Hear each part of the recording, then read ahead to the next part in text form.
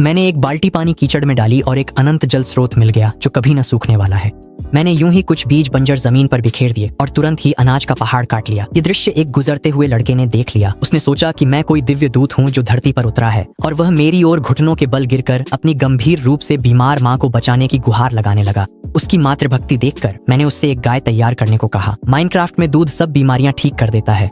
शुक्रिया, मैं आपके लिए गाय ढूंढूंगा, लड़का चिल्लाया। कुछ और चाहिए? क्या डोरी है? मुझे मछली पकड़ने की छड़ी बनानी है। मुझे सिलास कहो। ठीक है, पर सिलास, नदियां तो सूखी हैं, मछली कहाँ पकड़ेंगे? मैंने पानी के गड्ढे को देखकर मुस्कुरा दिया।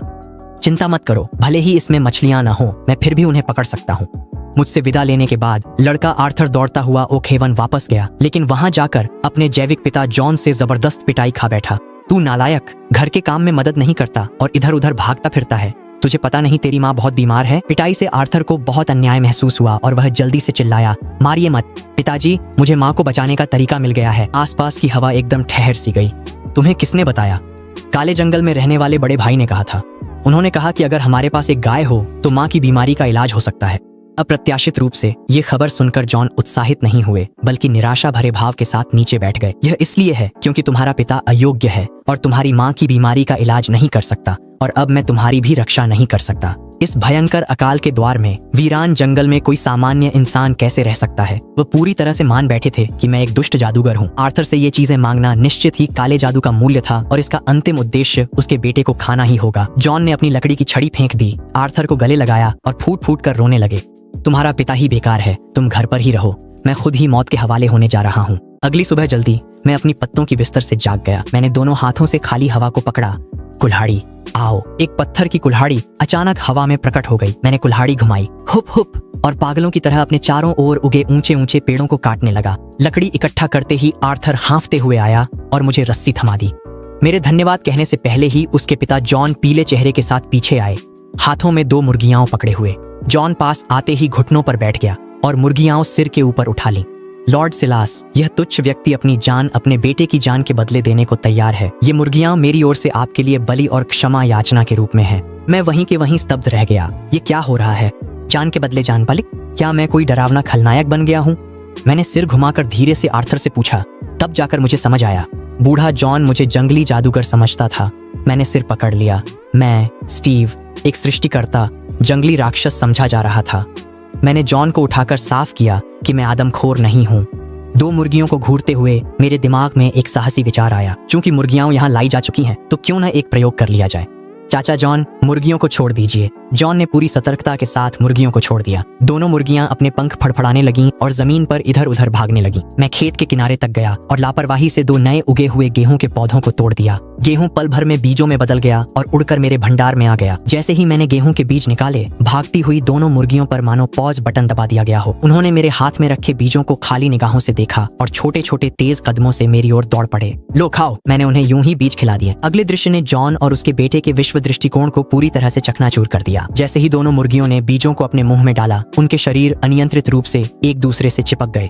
महज 3 सेकंड के बाद एक हल्की सी पॉप की आवाज के साथ एक नन्हा सा सफेद चूजा बिना अंडा देने या सहने की किसी प्रक्रिया के अचानक हवा से प्रकट हुआ और सीधे 2 मुर्गियों के पैरों के पास आ गिरा और उतरते ही उछलने लगा। पूरी तरह से सन्नाटा छा गया। जॉन की आंखें हैरानी से बाहर निकलने को थीं और उसकी सांसें तक थम गई थीं। इस पल उसके दिमाग में सचमुच तूफान सा मच गया था। ये तो सामान्य समझ के बिल्कुल खिलाफ था। क्या प्रजनन के लिए एक नर और एक मादा की जरूरत नहीं होती? तो फिर 2 मुर्गियां मिलकर कैसे एक बच्चा पैदा कर सकती हैं? और बिना अंडा दिए, बिना सहने के एक ऐसा चूजा जो कम से कम 2-3 हफ्ते में बड़ा होता है, वह अचानक हवा से प्रकट हो गया। ये बिल्कुल भी कोई भ्रम नहीं था। इतिहास में ऐसी चीज सिर्फ सृष्टिकर्ता ही कर सकते थे। सब खत्म हो गया था। उसने साक्षात ईश्वर से अपने बेटे की जान मांगी थी। अगर भगवान ने उसे दोषी ठहराया तो मौत का देवता भी उसे नहीं छुएगा। जॉन कांपते हुए घुटनों के बल गिरकर बेतहाशा प्रार्थना करने लगा। प्रभु, मैं अंधा था जो आपको पहचान न सका। मैंने आपको जादूगर समझ लिया था। कृपया मुझे क्षमा करें। पिता को झुकते देख आर्थर भी तुरंत घुटनों के बल बैठ गया। मैंने उसे पकड़ लिया। तुम मेरे नए अनुयायी हो, सीधे खड़े रहो। जॉन जमीन पर घुटनों के बल बैठा बेतहाशा प्रार्थना कर रहा था। उसकी कांपती पीठ देख मैंने अगला काम समझाया। कल सुबह गाय और पत्नी को यहाँ ले आना। याद रखना, सिर्फ गाय उधार चाहिए। मैं उसे नुकसान नहीं पहुँचाऊंगा। जॉन को निर्देश देकर मैंने हाथ हिलाकर उसे विदा किया। जॉन अनंत कृतज्ञता के साथ चला गया। मैंने उसकी पीठ की ओर देखा और लंबी सांस छोड़ी। आखिरकार मैं इस बूढ़े आदमी को वापस भेजने में कामयाब हो गया। अब अगला समय मेरे स्टीव के विशेष विकास का है। मैंने आर्थर द्वारा लाई गई ऊन की गेंद निकाली, उसे क्राफ्टिंग टेबल में डालकर धागे में तोड़ा, लकड़ी की छड़ें मिलाई और सीधे शुरुआती खेल का अद्भुत उपकरण एक मछली पकड़ने की छड़ी बना ली। एक मछुआरा कभी खाली हाथ नहीं लौटता। मैंने अपना फावड़ा घुमाया, जमीन में 2x2 का गड्ढा खोदा, उसमें 2 बाल्टी भूमिगत पानी डाला, फिर उसे बाहर की ओर बढ़ाया और एक मानक 4x4 का मछली तालाब बना दिया। डोरी फेंकी, पानी पर मारा। फ्लोट पानी की सतह पर चुपचाप तैरता रहा। आखिरकार हकीकत कोई खेल नहीं है। मैंने पूरे 10 मिनट इंतजार किया और पानी की सतह पर कोई हलचल नहीं हुई। मैं जल्दी में नहीं था और बस घास पर बैठ गया। हवा चली, पत्ते सरसराए। मुझे कहना पड़ेगा, यह जंगली जीवन जिसमें न तो टैक्स देना है और न ही किसी सामंत के लिए काम करना है, वाकई काफी सुकून देने वाला है। इसी वक्त फ्लोट अचानक डूब गया। मछली फंसी। मैंने अचानक हाथ उठाया और आधा मीटर लंबी कॉर्ड मछली सतह से बाहर निकली, हवा में सुनहरी रोशनी में बदल गई और सीधा मेरी इन्वेंट्री में जा गिरी। क्या यह खनन से बेहतर नहीं है? समुद्री भोजन की आजादी मिल गई। अगर मैं कोई जादुई किताब निकाल लूं, जैसे कि मेंडिंग या लक ऑफ द सी, तो यहीं से किस्मत बदल जाएगी। डोरी फेंकी, ठीक है, फिर से एक कॉर्ड मिली। फिर से कमाल है। एक पफर फिश, जारी रखें। एक लकड़ी की छड़ी। मुझे इस बेकार चीज की क्या जरूरत है? मैं पूरी रात पानी के गड्ढे के पास मेहनत करता रहा, जबकि पहाड़ के नीचे ओक हेवन में सब कुछ उलट पुलट हो रहा था। जॉन रात भर दौड़कर एल्डर एल्डन के घर गया और गांव की इकलौती बूढ़ी पीली गाय उधार मांगने के लिए मुंह खोला। एल्डर एल्डन ने अपनी पाइप में कश लिया। उसकी भौहें गहराई से सिकुड़ी हुई थीं। अपनी जिंदगी का अधिकांश हिस्सा जी चुके एल्डर ने कौन सा तूफान नहीं देखा था। जब जॉन ने कहा कि पहाड़ पर एक दिव्य दूत सिलास आया है जो गेहूं को पकाने और हवा में से चूजे पैदा करने की शक्ति रखता है, तो एल्डर के मन में बस 2 शब्द आए, ठग आदमी। 3 महीने से भी ज्यादा समय से भीषण सूखा पड़ा हुआ था। अगर सच में कोई भगवान उतरता, तो क्या वह बस खेतों की फसलें सूखते और मरते हुए देखता रहता? यह निश्चित रूप से बाहर से आया कोई घुमंतू ठग था जो चालबाजी कर रहा था। लेकिन जॉन की लाल आंखें देखकर एल्डन समझ गया कि उसे समझाना बेकार है। उसने अपनी आंखें घुमाईं और गाय उधार देने के लिए मान गया, लेकिन शर्त रखी कि वह खुद भी कल सुबह साथ जाएगा। जॉन को भेजने के बाद एल्डन ने तुरंत अपने दोनों हट्टे कट्टे बेटों को अपने पास बुलाया। उसकी आंखों में अब सख्ती थी। कल सुबह मैं उनके साथ जाऊंगा। तुम रास्ते में निशान छोड़ते जाना और चुपचाप पीछे पीछे आना। जैसे ही मैं इशारा करूं, तुम दौड़कर उस ठग को पीट डालना। दोनों बेटों ने अपनी उंगलियां चटकाईं। उनके चेहरे पर दरिंदगी थी और वे मान गए। अगले दिन सुबह होते ही जॉन की पत्नी मैरी की तबीयत अचानक और बिगड़ गई। उसका पूरा शरीर तप रहा था। बुखार में वह बड़बड़ा रही थी और ऐसा लग रहा था कि वह बच नहीं पाएगी। जॉन चिंता में पागल हो गया। उसने आर्थर को लात मारकर जगाया ताकि वह गांव के मुखिया को बुलाए, जबकि वह खुद मैरी को पीठ पर उठाकर पहाड़ की ओर पागलों की तरह दौड़ पड़ा। आर्थर ने एल्डन को बिस्तर से घसीटकर बाहर निकाला। ये सुनकर कि कोई मरने वाला है और फिर भी वे पहाड़ पर दौड़ना चाहते हैं, वह गुस्से में अपनी जांघ पर हाथ मार बैठा। क्या पाप है? ऐसे समय में तुम जड़ी बूटी वाले को नहीं ढूंढते, बल्कि उस ठग को ही ढूंढने पर अड़े हो। उसने पीली गाय निकाली, गुस्से में पीछे चल दिया, कसम खाते हुए कि धोखेबाज को बेनकाब करेगा। समूह तेजी से बढ़ा। घंटों दौड़ने के बाद जंगल में मेरा डेरा दिखा। एल्डर एल्डन डेरा देख स्तब्ध रह गए। चारों ओर मशालें जल रही थीं। एक चौकोर पत्थर का घर था और गेहूं की कतारें उगी हुई थीं। हैरानी की बात थी कि एक गोरा युवक उथले गड्ढे पर मछली पकड़ रहा था। वह पानी इतना साफ था कि तली दिख रही थी, पर वहां मछली या जलकुंभी कुछ भी नहीं थी। एल्डन ने व्यंग्य से कहा, यह सरासर धोखा था। अगर वह इस टूटे गड्ढे से कुछ भी निकाल पाता तो यह कोई चमत्कार ही होता। जैसे ही यह विचार मेरे मन में आया, मैं पानी के गड्ढे के किनारे बैठा हुआ था और अचानक मैंने अपना हाथ उठा दिया। छप छप। उस निर्मल जल के गड्ढे से अचानक एक विशाल मछली जो लगभग आधा मीटर लंबी थी उछलकर बाहर आ गई। फिर वह बड़ी मछली हवा में एक चमकदार सुनहरी रोशनी में फट गई और सीधा मेरी देह में समा गई और गायब हो गई। एल्डन की आंखें हैरानी से बाहर निकलने को हो गईं। उसके पैर कांपने लगे, दिल जोर जोर से धड़कने लगा और उसके दिमाग में बस एक ही विस्फोटक विचार रह गया, एक चमत्कार। ये सचमुच एक चमत्कार है। मैंने अपनी इन्वेंट्री में अतिरिक्त कॉड मछली को देखा और निराशा में आह भरी। रात भर फिशिंग के बाद मेरी inventory cod, puffer fish, salmon और कटोरे, बोतलें, मकड़ी के जाले जैसी चीजों से भर गई। एक भी हड्डी नहीं गिरी। जादुई किताब तो दूर की बात है। जैसे ही मैं शिकायत कर रहा था, पीछे से आर्थर की बेचैन आवाज आई, बॉस, मेरी माँ मर रही हैं, कृपया जल्दी से उन्हें बचाइए। मैंने पीछे मुड़कर देखा। जॉन हांफते हुए आया। उसकी पीठ पर एक दुबली पतली कमजोर महिला थी। उनके पीछे एल्डर एल्डन चल रहे थे जो गाय को लेकर आ रहे थे। मैंने सिर हिलाया, एक लोहे की बाल्टी निकाली और उस बूढ़ी पीली गाय के पास चला गया। ध्यान से देखने पर मैं थोड़ा हैरान रह गया। ये गाय तो नर है। खैर, कोई बात नहीं। एमसी के नियमों में गाय तो बस गाय होती है। यहाँ नर और मादा में कोई फर्क नहीं है। मैंने खाली लोहे की बाल्टी पकड़ी, उसे सांड के पेट के नीचे लगाया और मन ही मन बोला, यूज करो। अगले ही पल सांड के पेट के नीचे से दूधिया सफेद दूध फव्वारे की तरह निकल पड़ा और पल भर में पूरी लोहे की बाल्टी भर गई। वह बूढ़ी पीली गाय तो हिली तक नहीं। उसे बिल्कुल भी नुकसान नहीं हुआ। संतुष्ट होकर मैं लोहे की बाल्टी लेकर पलटा, लेकिन यह नहीं देखा कि मेरे पीछे खड़े कई लोगों के जबड़े तो लगभग जमीन से टकरा गए थे। सांड से दूध निकालना एक बात थी, लेकिन असली बात तो वह लोहे की बाल्टी थी। उसमें ठीक 1 घन मीटर दूध था। 1 घन मीटर तरल का वजन 1 टन होता है।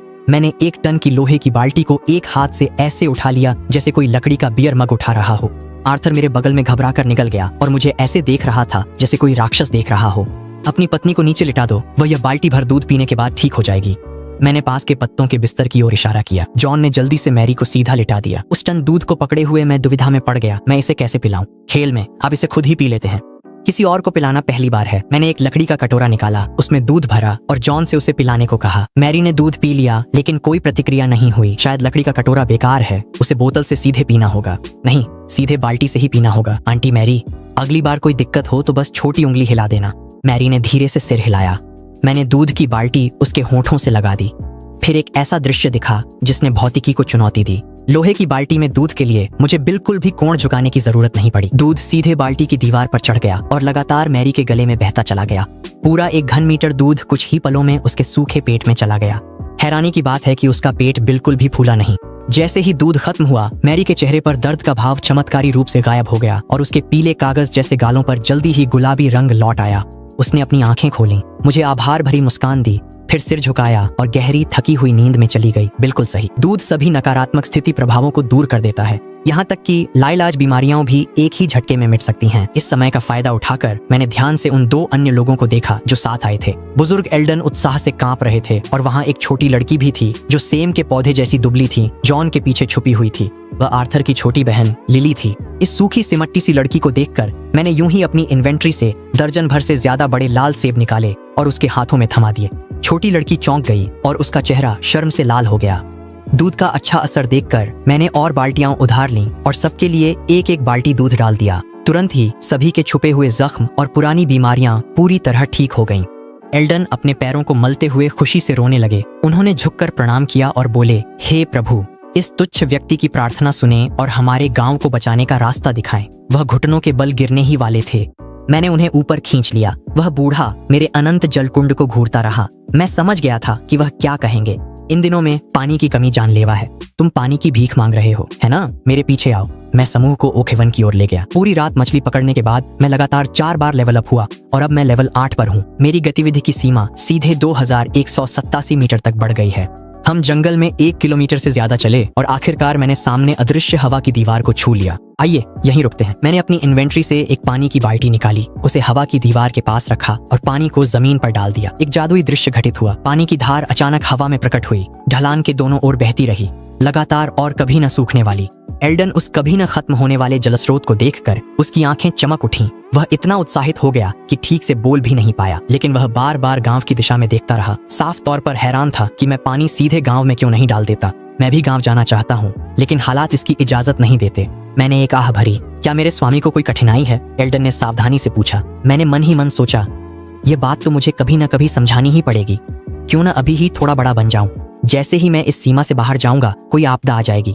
ध्यान से देखो। मैंने गहरी सांस ली और जानबूझकर हवा की दीवार के बाहर एक कदम रखा। जैसे ही मैं क्षेत्र से बाहर गया, असली दुनिया की जबरदस्त अस्वीकृति MC स्पेस के खिलाफ टूट पड़ी। धरती कांपने लगी, बहुत जोर से कांपने लगी। एक तेज भूकंप ने एल्डन को लड़खड़ाकर जमीन पर गिरा दिया।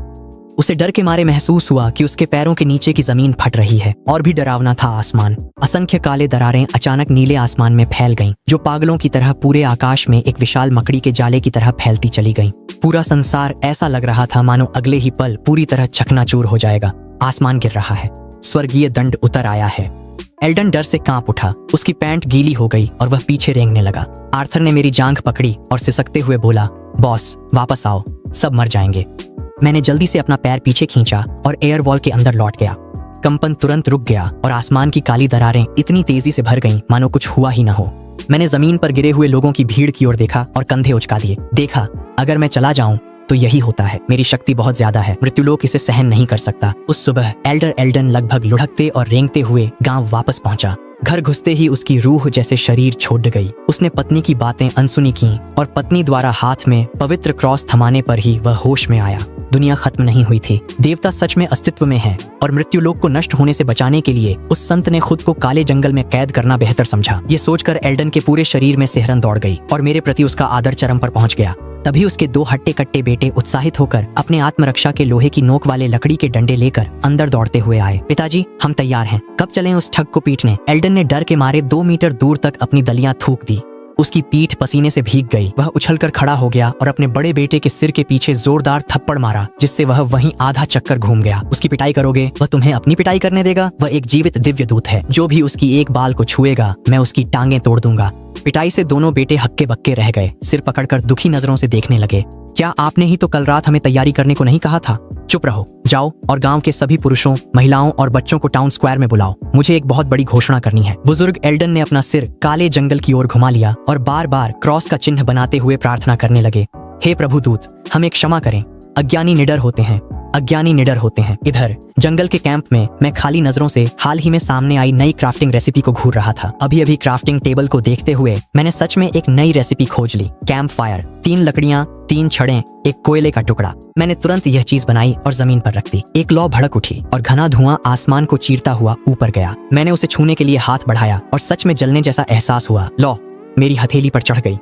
इतनी जलन हुई कि दर्द होने लगा। मैंने जल्दी से आग बुझाने के लिए पूल में छलांग लगा दी। यह आसपास की घास जला सकता है और खास बात यह है कि मैंने कोनों पर कच्ची मछली फेंकी। कुछ ही मिनटों में डींग के साथ 4 पकी मछलियां बाहर आ गईं। ये फर्नेस से भी ज्यादा तेज है। और भी ज्यादा हैरान करने वाले कारनामे इसके बाद हुए। मैं एक बाल्टी पानी लेकर आया और उसे सीधे कैंप फायर के पास डाल दिया। जैसे ही पानी फैला वह वास्तव में अपने आप कैंप फायर को बाएं पास कर गया। मिट्टी के ब्लॉक्स से पानी को सीधे कैंप फायर के ऊपर डाला, जिससे आग पानी के नीचे भी तेजी से जलती रही। धुआं भी पानी की परत पार कर ऊपर उठ रहा था। जब तक पानी सीधे आग के केंद्र में न डालें, यह बुझ नहीं सकती। यह एक शानदार प्रकाश स्रोत और कुकर है जो भौतिकी को नजरअंदाज करता है। कमाल है। मछली पकड़ते रहो। मछली पकाने के लिए कैंप फायर होने से अब मैं पूरी तरह से प्रेरित था। मुझे जल्दी से जल्दी अनुभव इकट्ठा करके स्तर बढ़ाना था ताकि मैं जल्द ही अपनी सीमा गांव तक बढ़ा सकूं। इस समय ओक हेवन स्क्वायर में तेज धूप आसमान में चमक रही थी। गांव के सभी किसान गर्मी से पसीने पसीने हो रहे थे, फावड़े पकड़े हुए थे और शिकायत कर रहे थे। एल्डर एल्डन अपनी पाइप पीते हुए ने देखा कि सभी लोग आ चुके हैं। फिर वह उठे और अपना बड़ा हाथ हिलाया। झगड़ा बंद करो, मेरे पीछे आओ, हमारी जान बचाने के लिए पानी है। भीड़ तुरंत शोर मचाते हुए फूट पड़ी और बुजुर्ग के पीछे पीछे शान से उस जल स्रोत की ओर दौड़ पड़ी जिसे मैंने पीछे छोड़ा था। भीड़ में डिक्सन नाम का एक गांव का गुंडा पागलों की तरह गालियां दे रहा था। उसने अपना सीना ठोकते हुए गारंटी दी कि वह कल ही जंगल के इस हिस्से में गया था और वहां एक भी बूंद पानी नहीं थी। अगर वह झूठ बोल रहा हो तो उसे बिजली का झटका लगे और इस जन्म में कभी पत्नी ना मिले। जैसे ही उसने बोलना खत्म किया, समूह जंगल के किनारे पहुंच गया। आगे चल रहे लोगों ने जोरदार खुशी से आसमान गूंजा देने वाली जयकारें लगाईं। डिक्सन अवाक रह गया। वह भीड़ से निकलकर देखने गया और उसकी आंखें लगभग बाहर निकल आईं। हवा में जमीन से 1 मीटर ऊपर पानी का एक पारदर्शी ब्लॉक बिना किसी सहारे, बिना किसी पाइप के कहीं से भी लटका हुआ था। उस लटके हुए ब्लॉक से क्रिस्टल जैसा साफ पानी बह रहा था जो दोनों तरफ की मिट्टी की ढलान से नीचे बह रहा था। कभी सूखता नहीं था। यह निश्चित रूप से जमीन से रिसने वाला पानी नहीं था। यह शून्य से हवा में से बना हुआ पानी था। बुजुर्ग एल्डन एक तरफ खड़े होकर अपनी दाढ़ी सहला रहे थे, पूरी तरह गर्व से भरे हुए। उन्होंने कुछ लोगों से कहा कि वे अपने फावड़े चलाकर पानी के नीचे की मिट्टी को हटा दें। मिट्टी की परत को खोखला कर दिया गया, लेकिन वह पानी का स्रोत का ब्लॉक हवा में स्थिरता से तैरता रहा। एक बूंद भी नहीं टपकी। अगर राजधानी के शाही विद्वान यह दृश्य देख लेते तो शायद वहीं पागल हो जाते। सभी गांव वाले पागलों की तरह आगे की ओर झपट पड़े। कुछ लोगों ने अपने हाथों से पानी लेकर बेतहाशा पीना शुरू कर दिया। कुछ ने तो सीधे अपना पूरा सिर ही उस पानी में डुबो दिया। मीठा झरने का पानी उनके गले से उतरकर उनके सूखे पेटों में चला गया। डिक्सन एक तरफ खड़ा होकर खुद को जोर से थप्पड़ मार रहा था। सच में दर्द हो रहा है। ये सपना नहीं है। मेरी कसम सच हो गई। अब मुझे इस जन्म में पत्नी नहीं मिलेगी। चाहे उसे पत्नी मिले या न मिले, इससे कोई फर्क नहीं पड़ता। पानी मिलना मतलब जिंदा रहना। एल्डन ने मौके का फायदा उठाकर सबको चेतावनी दी। याद रखना, ये पानी लॉर्ड सेंट की देन है। लॉर्ड जंगल के अंदर है। जो भी उन्हें परेशान करने जाएगा मैं उसकी टांगें तोड़ दूंगा। मैं पानी के नीचे अलाव के पास बैठा बोर होकर अपनी बंसी खींच रहा था। फिर से टूटे हुए चमड़े के जूते निकले। बुरी किस्मत है, मैंने पूरी रात मछली पकड़ी और जादुई किताब का एक बाल भी नहीं दिखा। जैसे ही मैं शिकायत कर रहा था, आर्थर पसीने से तरबतर दौड़ता हुआ आया। मैंने लापरवाही से वह चमड़े की जूती की जोड़ी जो अभी अभी निकाली थी उसकी ओर फेंक दी। पहनकर देखो, फिट है। आर्थर ठिठका। उसने अपने से बड़े जूतों को देखा, फिर घास की चप्पलें उतारकर उन्हें पहन लिया। एक जादुई दृश्य घटित हुआ। जैसे ही चमड़े के जूते उसके पैरों के ऊपर छुए, वे साफ तौर पर सिकुड़ने लगे और उसके पैरों के आकार में पूरी तरह ढल गए। आर्थर हैरानी में उछलने कूदने लगा। कभी जूते उतारता, कभी पहनता और खूब मजे कर रहा था। ठीक है, अब खेलना बंद करो। मैंने पत्थर की कुल्हाड़ी और फावड़ा निकालकर उसकी ओर फेंका। अपनी कटार से अपनी बांह पर वार करो। बिना सोचे आर्थर ने कटार निकाली और बाएं हाथ पर वार करने की हरकत की। कोई खून नहीं निकला। धार उसके चमड़े पर फिसल गई और हैरानी की बात है कि बस एक हल्का सा सफेद निशान छोड़ गई। ये तो उसकी त्वचा तक नहीं काट पाई। आर्मर की सुरक्षा प्रणाली सक्रिय है। मेरा दिल खुशी से उछल पड़ा। जब तक मैं चमड़े के पूरे गियर का सेट तैयार कर लूं, तब तक यह मजबूत कवच अंक देगा। साधारण तलवारें और धारदार हथियार लोगों को चोट नहीं पहुंचा पाएंगे। अगर मैं शूरवीरों के एक दस्ते को यह पहनाऊं, तो वे इन अशांत समयों में निडर होकर घूम सकते हैं। जाओ, पत्थर की कुल्हाड़ी से एक पेड़ काटो। मैंने आदेश देना जारी रखा। प्रयोग अंत तक चलना चाहिए। देखना था कि क्या असली लोग भी MC के भौतिकी नियम सक्रिय कर सकते हैं। आर्थर ने कुल्हाड़ी घुमाकर पेड़ काटना शुरू किया और लकड़ी के टुकड़े उड़ने लगे। कटाव बड़ा और बड़ा होता गया। धमाके के साथ विशाल पेड़ सहारा खोकर सीधा जमीन पर गिर गया। कोई लकड़ी का ब्लॉक नहीं गिरा और न ही पेड़ हवा में तैरा। मैंने एक आह भरी। उम्मीद के मुताबिक MC औजारों के इस्तेमाल पर वे सिर्फ साधारण लोहे जैसे काम करते हैं और ब्लॉक ड्रॉप मैकेनिक सक्रिय नहीं होता। पत्थर की कुल्हाड़ी, हल और लोहे की बाल्टी से कोशिश करने पर भी हर जगह असफलता ही मिली। गांव वालों को औजार देकर मुझसे बुनियादी ढांचे का निर्माण करवाने की मेरी योजना पूरी तरह से बर्बाद हो गई। एक आखिरी चीज आजमाओ। मैंने 7 लकड़ी की स्लैब से बना एक कंपोस्टर निकाला। जाओ, कुछ घास तोड़ो और इसमें डाल दो। आर्थर ने जैसा कहा गया वैसा ही किया। जैसे ही घास को लकड़ी के बैरल में डाला गया, वह सीधे हरे कणों में बदल गई और गायब हो गई और बैरल के नीचे एक परत धूसर भूरे खाद की बन गई। सफलता मिली। हालांकि वे औजारों का इस्तेमाल नहीं कर सकते थे, लेकिन कंपोस्टर के लिए इंटरेक्शन हिट बॉक्स खुला था। इस बैरल को उठाने की कोशिश करो। आर्थर ने पूरी ताकत लगाकर अपना चेहरा लाल कर लिया, लेकिन कंपोस्टर जरा भी नहीं हिला। अच्छा ही है कि इसे हिलाया नहीं जा सकता। वह इसे यहीं एक स्थायी रिसाइकलिंग स्टेशन के रूप में छोड़ देगा। मैंने अपने हाथों की धूल झाड़ दी। ठीक है आर्थर, दोनों मुर्गियां ले जाओ और अपनी माँ को खिलाओ। कल फिर आना। आर्थर को विदा करने के बाद मैं जंगल के किनारे टहलने निकल पड़ा और रास्ते में जल स्रोत की स्थिति भी देख ली। मैं अभी पास भी नहीं पहुंचा था कि मेरे सिर में भनभनाहट होने लगी। एक बड़ी भीड़ खुले मैदान में घुटनों के बल बैठी थी।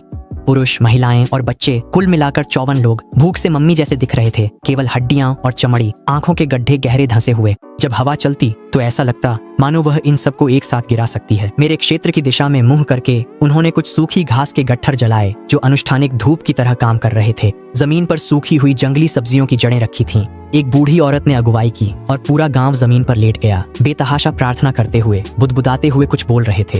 हे भगवान, मेरे लिए बलि चढ़ा रहे हैं, मैं अभी मरा नहीं हूँ। एल्डन ने ऊपर देखा और मुझसे नजरें मिलाईं। इस बूढ़े की रूह कांप गई। वह घबराकर दौड़ा और कीचड़ में साष्टांग गिर पड़ा। साधारण नागरिक एल्डन भगवान संत का स्वागत करता है। उसकी आवाज के साथ उसके पीछे दर्जनों लोग इतने डर गए कि उन्होंने अपने चेहरे कीचड़ में कसकर दबा लिए। यहाँ तक कि जोर से सांस लेने की भी हिम्मत नहीं की। मैं उसे उठाने दौड़ा। बाबा उठिए, मैंने कहा था। मैं कोई देवता नहीं हूँ। मेरे समझाने पर वे और कांपने लगे। इन आम लोगों को देखकर जो इतनी भूख से बेहाल थे कि किसी भी पल आखिरी सांस ले सकते थे, मेरे सीने में भारी बोझ सा महसूस हुआ। क्योंकि समझाने से काम नहीं बन रहा, तो अब सख्त कदम उठाने का वक्त है। मैंने लकड़ी की तख्तियां निकाली और जमीन पर जोर जोर से ठोकने लगा। Smack smack smack smack. पलक झपकते ही 4 मीटर चौड़ी और आधा मीटर ऊंची एक सपाट लकड़ी की मेज सबके सामने अचानक प्रकट हो गई। संपूर्ण शांति। सांस लेने की आवाज भी थम गई। उनकी भयभीत निगाहों को नजरअंदाज करते हुए मैंने अपना सामान निकाला और रात भर में जो कुछ भी मैंने मछली पकड़कर इकट्ठा किया था, वह सब बाहर निकाल लिया। 14 मोटी और विशाल कॉर्ड मछलियां, हर एक पूरी आधा मीटर लंबी, ठंडी चांदी जैसी चमकती हुई, एक छोटी सी पहाड़ी की तरह लकड़ी की मेज पर जोर से गिर पड़ी। इस दृश्य का प्रभाव वाकई दिमाग हिला देने वाला था। ये मछली है, इतनी बड़ी मछली। गांव वाले पागल हो गए। उनके गले से जानवर जैसी लालची निगलने की आवाजें आने लगीं। इन दिनों तो नदियों के तल का कीचड़ भी सूख कर फट गया था। इतनी बड़ी जिंदा मछली भला कोई कहां से ला सकता था? इनमें से एक मछली भी अगर बचाकर खाई जाए तो एक परिवार आधा महीना आराम से गुजार सकता है। मैंने अपना गला साफ किया। मेरी आवाज में अपने आप एक प्रभावशाली आभा आ गई। बुजुर्ग, ये 14 मछलियां आपकी बस्ती के 14 घरों में से हर एक के लिए एक। नीचे से जोरदार सांस लेने की आवाज आई और कोई तो महज उत्तेजना में बेहोश भी हो गया। लेकिन मुझे एक नियम बनाना होगा। अब से हर दिन इसी समय मैं यहाँ 14 मछलियां रखूंगा। आपको बस इतना करना है कि पहाड़ पर जाएं, घास उखाड़ें, पत्ते तोड़ें और उन 7 खाद के गड्ढों को मेरे लिए भर दें। घास के बदले मोटी ताजी मछली। ये कैसा शर्त थी? ये तो जैसे भगवान का दिया हुआ वरदान था। धन्यवाद लॉर्ड साइलस, मेरे प्रभु, जीवन का उपहार देने के लिए धन्यवाद। गांव वाले फिर से साष्टांग दंडवत करते हैं। उनके माथे जमीन से टकरा रहे हैं, चेहरे आंसुओं और नाक से सने हुए हैं। मैं सच में यह दृश्य सहन नहीं कर सका, इसलिए मैंने हाथ हिलाया और जंगल की गहराई में गायब हो गया। अगले 3 दिनों तक मैं पूरी तरह से एक निर्दयी मछली पकड़ने वाली मशीन में बदल गया। दिन में मछली पकड़ता, शाम को खाद बनाने वालों से हड्डी का चूर्ण इकट्ठा करता और रात में उसी हड्डी के चूर्ण से गेहूं को पागलों की तरह जल्दी पकाता, बीज काटता और फिर मछली पकड़ना जारी रखता। मेरा अनुभव बार तेजी से बढ़ा और प्रगति आधे से ज्यादा हो गई थी। एक स्तर और बढ़ते ही मेरी जागीर सीधे ओक हेवन के पूरे इलाके को घेर लेगी। ओक हेवन में पेट भर जाने के बाद गांव वाले ऐसे काम कर रहे थे जैसे उनमें मुर्गे का खून भर दिया गया हो। एल्डन ने तो पूरे गांव के बूढ़ों और बच्चों को भी जुटा लिया ताकि गांव के सबसे बड़े और मजबूत पत्थर के घर को खाली कराया जा सके। हर घर ने अपना सबसे अच्छा, सबसे कीमती फर्नीचर अंदर लाकर रखा। लॉर्ड साइलस जल्द ही पहाड़ से नीचे आएंगे। भले ही लॉर्ड यहाँ न रहें, हमें यहाँ सबसे भव्य सजावट करनी ही होगी।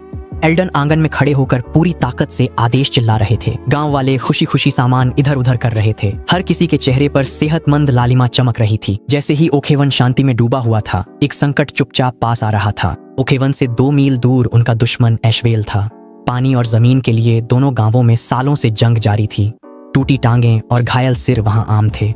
अब महान अकाल के दौरान एशवेल में भी बहुत पहले से पानी और खाना खत्म हो चुका था। गांव वाले रोज सूखी जड़ों को खोदकर खुद को जिंदा रखते थे। एशवेल में गैरेथ नाम का एक आलसी बदमाश था जो मरने का इंतजार कर रहा था। उस दिन गांव ने उसे खाना खोजने निकाल दिया। भूख से बेहाल होकर वह अनजाने में ओक हेवन की सीमा पर आ गया। ठंडी हवा बह रही थी। गैरेथ की कुत्ते जैसी नाक अचानक फड़क उठी। मांस की खुशबू थी। ये ताजे मछली के सूप की गहरी खुशबू थी। उसने अपने गले में उठती खट्टी डकार को निगला और खुशबू का पीछा करते हुए चुपके से ओक हेवन में घुस गया। अजीब, बहुत ही अजीब। गांव शांत था। कोई भी जंगली सब्जियां खोदने बाहर नहीं आया था। इसके अलावा खुशबू सिर्फ एक घर से नहीं आ रही थी। हर एक घर में मछली का सूप उबल रहा था। गैरेथ की आंखें जलन से लाल हो गईं। वह लगभग ईर्ष्या से पागल हो उठा। हमारा गांव भूख में पेड़ की छाल चबाता है, जबकि तुम ओक हेवन में रोज मछली मांस उड़ाते हो, क्यों? वह झुककर एक खाली झोपड़ी के पास गया और टूटा लकड़ी का दरवाजा लात से खोल दिया। छत से 2 बड़ी आधा मीटर की सूखी कॉड मछलियां लटक रही थीं।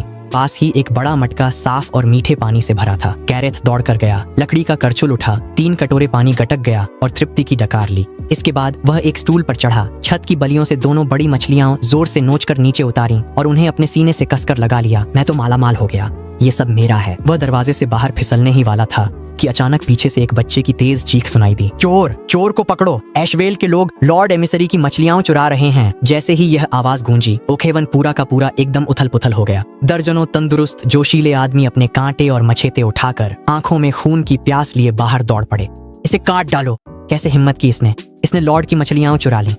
गैरेथ इतना डर गया कि उसकी आत्मा जैसे शरीर छोड़ने ही वाली थी। उसके दोनों पैर इतनी तेजी से चले कि वे धुंधले हो गए जब वह पागलों की तरह गांव से बाहर भागा। उसकी बाहों में पकड़ी मछलियां बहुत भारी थीं और उसकी रफ्तार को काफी धीमा कर रही थीं। पीछे से आती गुस्से भरी दहाड़ें जब और करीब आती गईं, गैरेथ ने दांत भींचे, दोनों मछलियों को जोर से जमीन पर पटक दिया और खाली हाथ लुढ़कते रेंगते हुए ओक हेवन की सीमा से बाहर निकल गया। गैरेथ भागते हुए एशवेल पहुंचा। पैर लड़खड़ाने से वह गिर पड़ा। वह ऊन लेने गया था पर खुद लुट कर लौटा।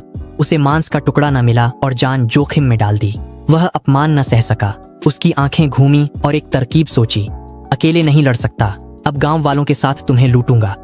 वह जमीन से उठकर एशवेल के गांव के मुखिया हैरोल्ड के आंगन में दौड़ता हुआ पहुंचा और पूरी ताकत से चिल्लाया, मुखिया जी, बहुत बड़ी मुसीबत हो गई है। ओक हेवन के उन जानवरों ने हमारी भूमिगत पानी की सप्लाई काट दी है। हैरोल्ड इस समय चिंता में अपना सिर पकड़कर बैठा था। ये सुनते ही वह उछल पड़ा। क्या बकवास कर रहे हो तुम? भूमिगत पानी तो बहुत पहले ही सूख गया था। मैंने खुद अपनी आंखों से देखा है। मैं पवित्र आत्मा की कसम खाता हूँ। गैरेथ ने आग में घी डालते हुए पागलों की तरह कहा। उन्होंने न सिर्फ पानी काटा बल्कि चुपचाप उसी पानी से विशाल मछलियां पाल रहे हैं। हर घर की छत की बल्ली पर आधा मीटर लंबी मछलियां लटकी हुई हैं। मैं तो बस एक घूंट पानी मांगने गया था और वे मुझे लगभग मार ही डालते। ये शब्द ऐसे थे जैसे बारूद के ढेर पर चिंगारी गिर गई हो। एशवेल के गांव वाले पहले ही आंगन के बाहर इकट्ठा हो चुके थे। ये बातें सुनकर सबकी आंखें तुरंत लाल हो गईं। 3 साल की भयंकर अकाल, बच्चों को खाने के लिए बेचने की दर्दनाक हालत उनकी आंखों के सामने थी। तो असल में ओक हेवन ने ही उनकी जिंदगी की राह काट दी थी। किसी का पानी काटना उसके माता पिता की हत्या करने जैसा है। तभी तो हमारे गांव में तो कीचड़ भरा पानी भी नसीब नहीं होता।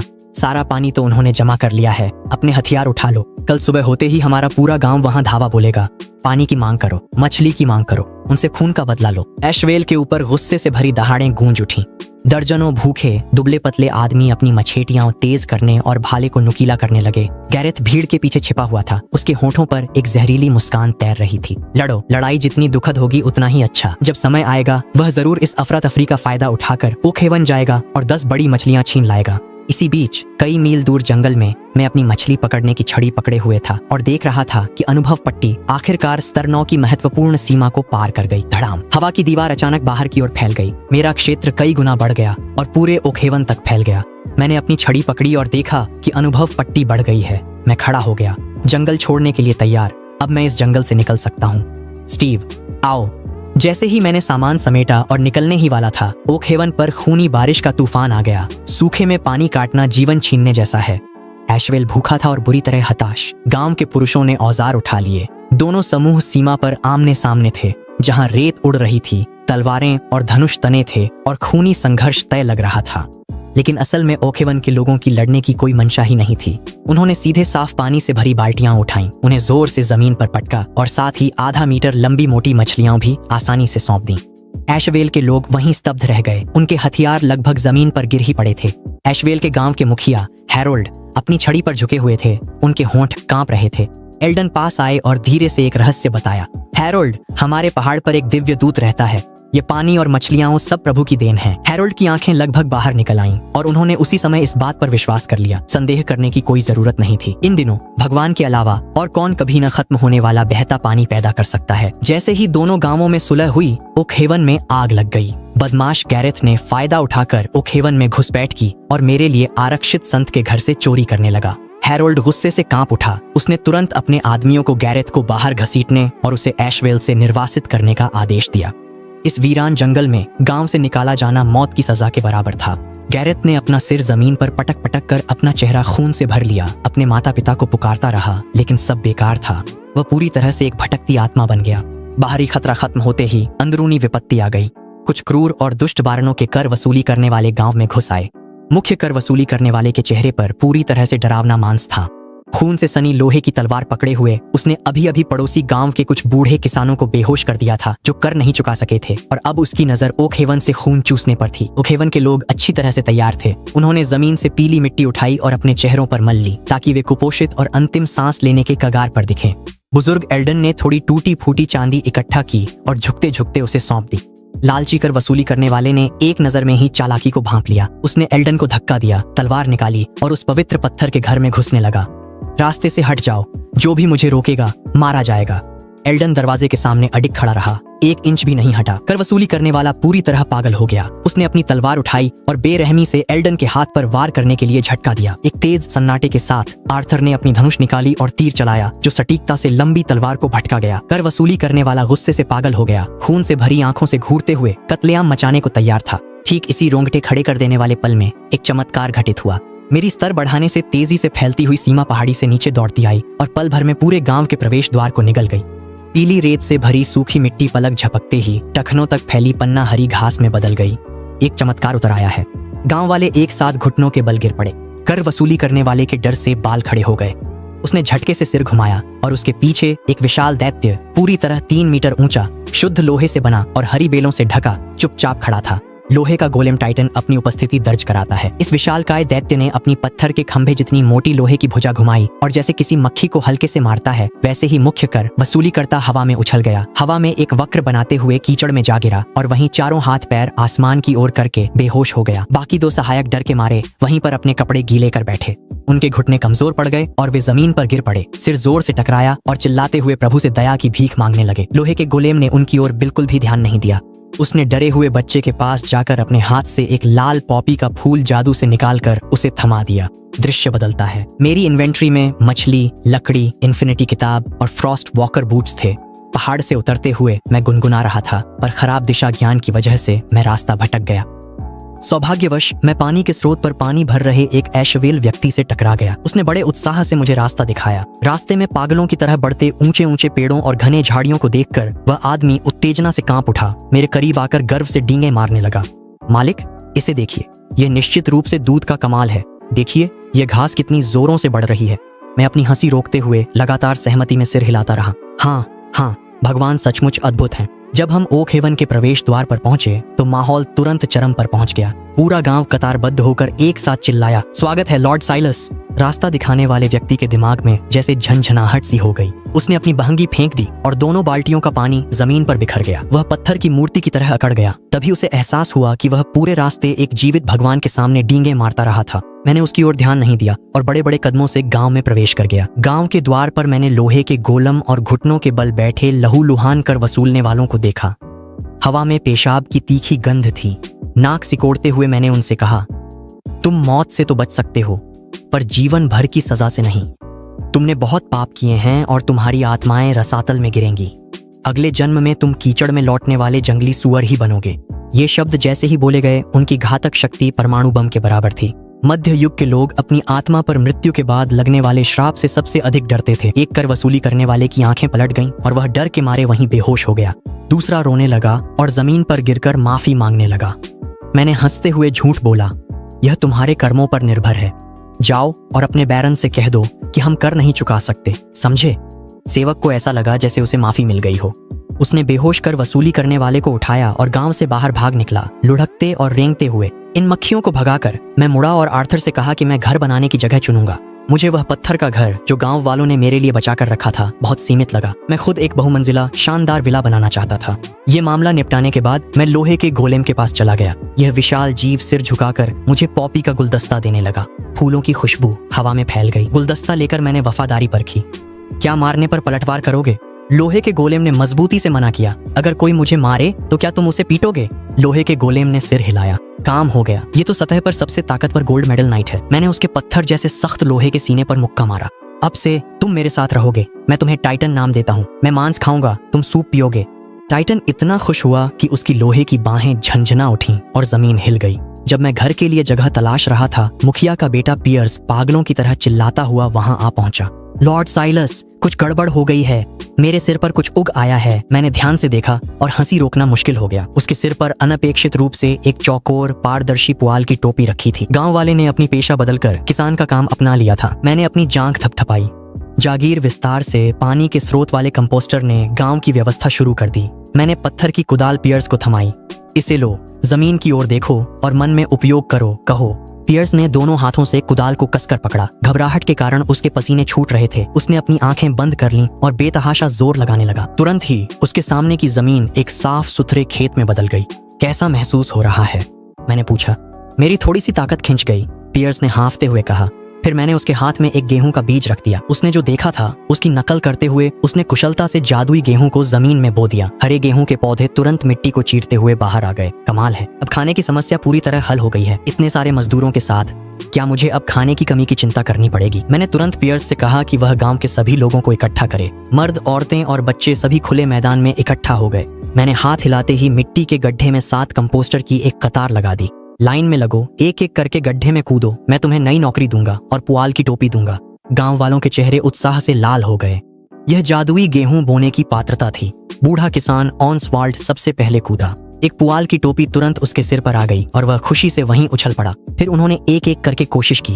अप्रत्याशित रूप से वह गांव का गुंडा डिक्सन, जिसने जहरीली कसम खाई थी, भी कूद गया और पूरे 10 मिनट तक बैठा रहा। लेकिन उसके सिर पर टोपी नहीं आई। वह जिद्दी होकर पेशा बदलने में असफल रहा। कुछ और लोग भी असफल रहे। बुजुर्ग एल्डन झुककर समझाने लगे कि जो लोग सफल हुए वे सभी गांव के अनुभवी पुराने किसान थे। लगता है पेशा बदलना भी अपने लोग चुनता है। मैं उन पुआल की टोपी पहने सेना के सामने गया जिन्होंने सफलतापूर्वक पेशा बदला था और मन ही मन अपने हाथ मलने लगा। मुख्य कार्यक्रम अब शुरू हुआ था। मैं उनके ट्रेडिंग पैनल खोलने के लिए बेताब था। सिर्फ एक नजर डालते ही मेरी ब्लड प्रेशर वहीं बढ़ गई। मुनाफाखोर, पूरे के पूरे मुनाफाखोर। एक पन्ना के बदले 20 गेहूं। मोटी भेड़ को काटना भी इतना बेरहम नहीं होता। क्यों सीधे लूट ही क्यों नहीं लेते? मैंने अपनी तलवार निकालकर लोगों पर वार करने की इच्छा को दबाया और धैर्यपूर्वक एक एक करके नीचे स्क्रॉल करने लगा। अचानक मेरी नजर एक ट्रेडिंग बॉक्स पर टिक गई और मेरी सांसें थम गईं। तरबूज के बीज। इस भयंकर अकाल के दौर में जब लोग इतनी गरीबी में थे कि लगभग सारी जड़ें खोद डाली थीं, तब भी तरबूज के बीज मिल गए। चाहे कीमत लूट जैसी ही क्यों ना हो, अगर मेरे पास एक भी बीज हो तो मुझे थोड़ा समय दो। मैं तरबूजों का पूरा समंदर उगा सकता हूँ। हम न सिर्फ तरबूज खाने की आजादी हासिल कर सकते हैं, बल्कि मैं पूरे गांव को भी अमीर बना सकता हूँ। पूरा खाका मेरे दिमाग में पूरी तरह से खुल गया। मैंने तुरंत सभी पुआल की टोपी पहने गांव वालों को इकट्ठा किया और हर एक को एक पत्थर की कुदाल दे दी। इन किसानों ने पत्थर की कुदालों को विरासत की तरह पकड़ा और कसम खाई कि उनके रहते कुदालें सलामत रहेंगी। मैंने कड़ा आदेश दिया, आज रात तक खुला मैदान ढूंढकर सारा कोयला लाओ और गांव की जमीन साफ करो। कल सुबह पानी के पास जादुई गेहूं बो देना। चारों ओर मशालें लगाओ ताकि वे रातों रात पक जाएं। भव्य कृषि कार्य की व्यवस्था करने के बाद मैं एल्डर एल्डन की ओर मुड़ा। क्या गांव के पास गाय और भेड़ खरीदने के लिए पर्याप्त पैसे हैं? गायों को प्राथमिकता दो, नर या मादा। मुझे पशुपालन को बड़े पैमाने पर शुरू करना है ताकि एक लोहे की बाल्टी जैसी असीम जल रक्षा सीमा बनाई जा सके। चमड़े के कवच के सेट बिल्कुल जरूरी हैं। एल्डन ने आदरपूर्वक रिपोर्ट किया, मालिक, जीवित मवेशियों पर कड़ी निगरानी है, लेकिन ऐशवेल के पास एक है और इस तुच्छ के घर में एक पुरानी पीली गाय है जो ठीक एक जोड़ी बनती है। अच्छा, सब कुछ तैयार है, अब बस हवा की जरूरत है। मैं खुले मैदान में खड़ा हुआ और भव्यता से हाथ लहराया। ओक हेवन के किसान पत्थर के फावड़े उठाकर चिल्लाए और मध्ययुगीन निर्माण शुरू हो गया। पर मैं जानता था कि सिर्फ भोजन पर्याप्त नहीं है। ये डार्क एजेस का समय था। बाहर की दुनिया लुटेरों और लालची सामंतों से भरी थी जो बेहद क्रूर थे। मेरे गांव वालों को सिर्फ खेती करना ही नहीं आना चाहिए, उन्हें अपने हाथों में मजबूत हथियार चाहिए। धनुष बाण बनवाऊं? छोड़ो, एक योग्य लंबा धनुर्धर तैयार करने में समय और मेहनत लगती है। मैं रिपीटिंग क्रॉसबो बनवाना चाहता हूँ। इसके लिए न तो बाहुबल चाहिए, न ही निशानेबाजी की कोई खास प्रतिभा। बस अगर काफी लोग बिना देखे तीर चलाएं तो बिना लोहे की कवच वाले लुटेरे पास भी नहीं आ पाएंगे। मैंने तुरंत एल्डर एल्डन को बुलाया और उसे कहा कि गांव का जो टैक्स का पैसा अभी तक नहीं दिया गया है वह निकालो। कुछ सबसे अच्छे लड़ाकों को चुनो और शहर जाओ। पशुपालन के लिए भेड़ें खरीदो और बाकी बचे सारे पैसे से लोहे की सिल्लियां खरीद लो। अगर लोहे की सिल्लियां न मिलें तो लोहे की कड़ाही और खेती के औजार भी चलेंगे। वे सबको पिघलाकर रिपीटिंग क्रॉसबो बनाएंगे। एल्डन ने काम बहुत फुर्ती से किया। गांव के सबसे ताकतवर आदमी पियर्स को टीम का नेता चुना। उनके जाने से पहले मैंने कुछ नई बनी लकड़ी की तलवारें और वे चमड़े के जूते निकाले जो मैंने पकड़े थे और सबको बांट दिए। लकड़ी की तलवारों को कम मत आंखो। मुख्य पात्र द्वारा बनाई गई लकड़ी की तलवारों की धार इस युग के टूटे तांबे और जंग लगे लोहे को पूरी तरह पछाड़ देती है। याद रखना, सामान खरीदने के बाद तुरंत यहीं वापस लौट आना। बाहर बिना वजह इधर उधर मत घूमना। मैंने पियर्स की आंखों में आंखें डालकर सख्त आदेश दिया। और सबसे जरूरी बात, किसी भी तरह से कोशिश करना, किसी मठ के विद्वान को मेरे पास ले आओ।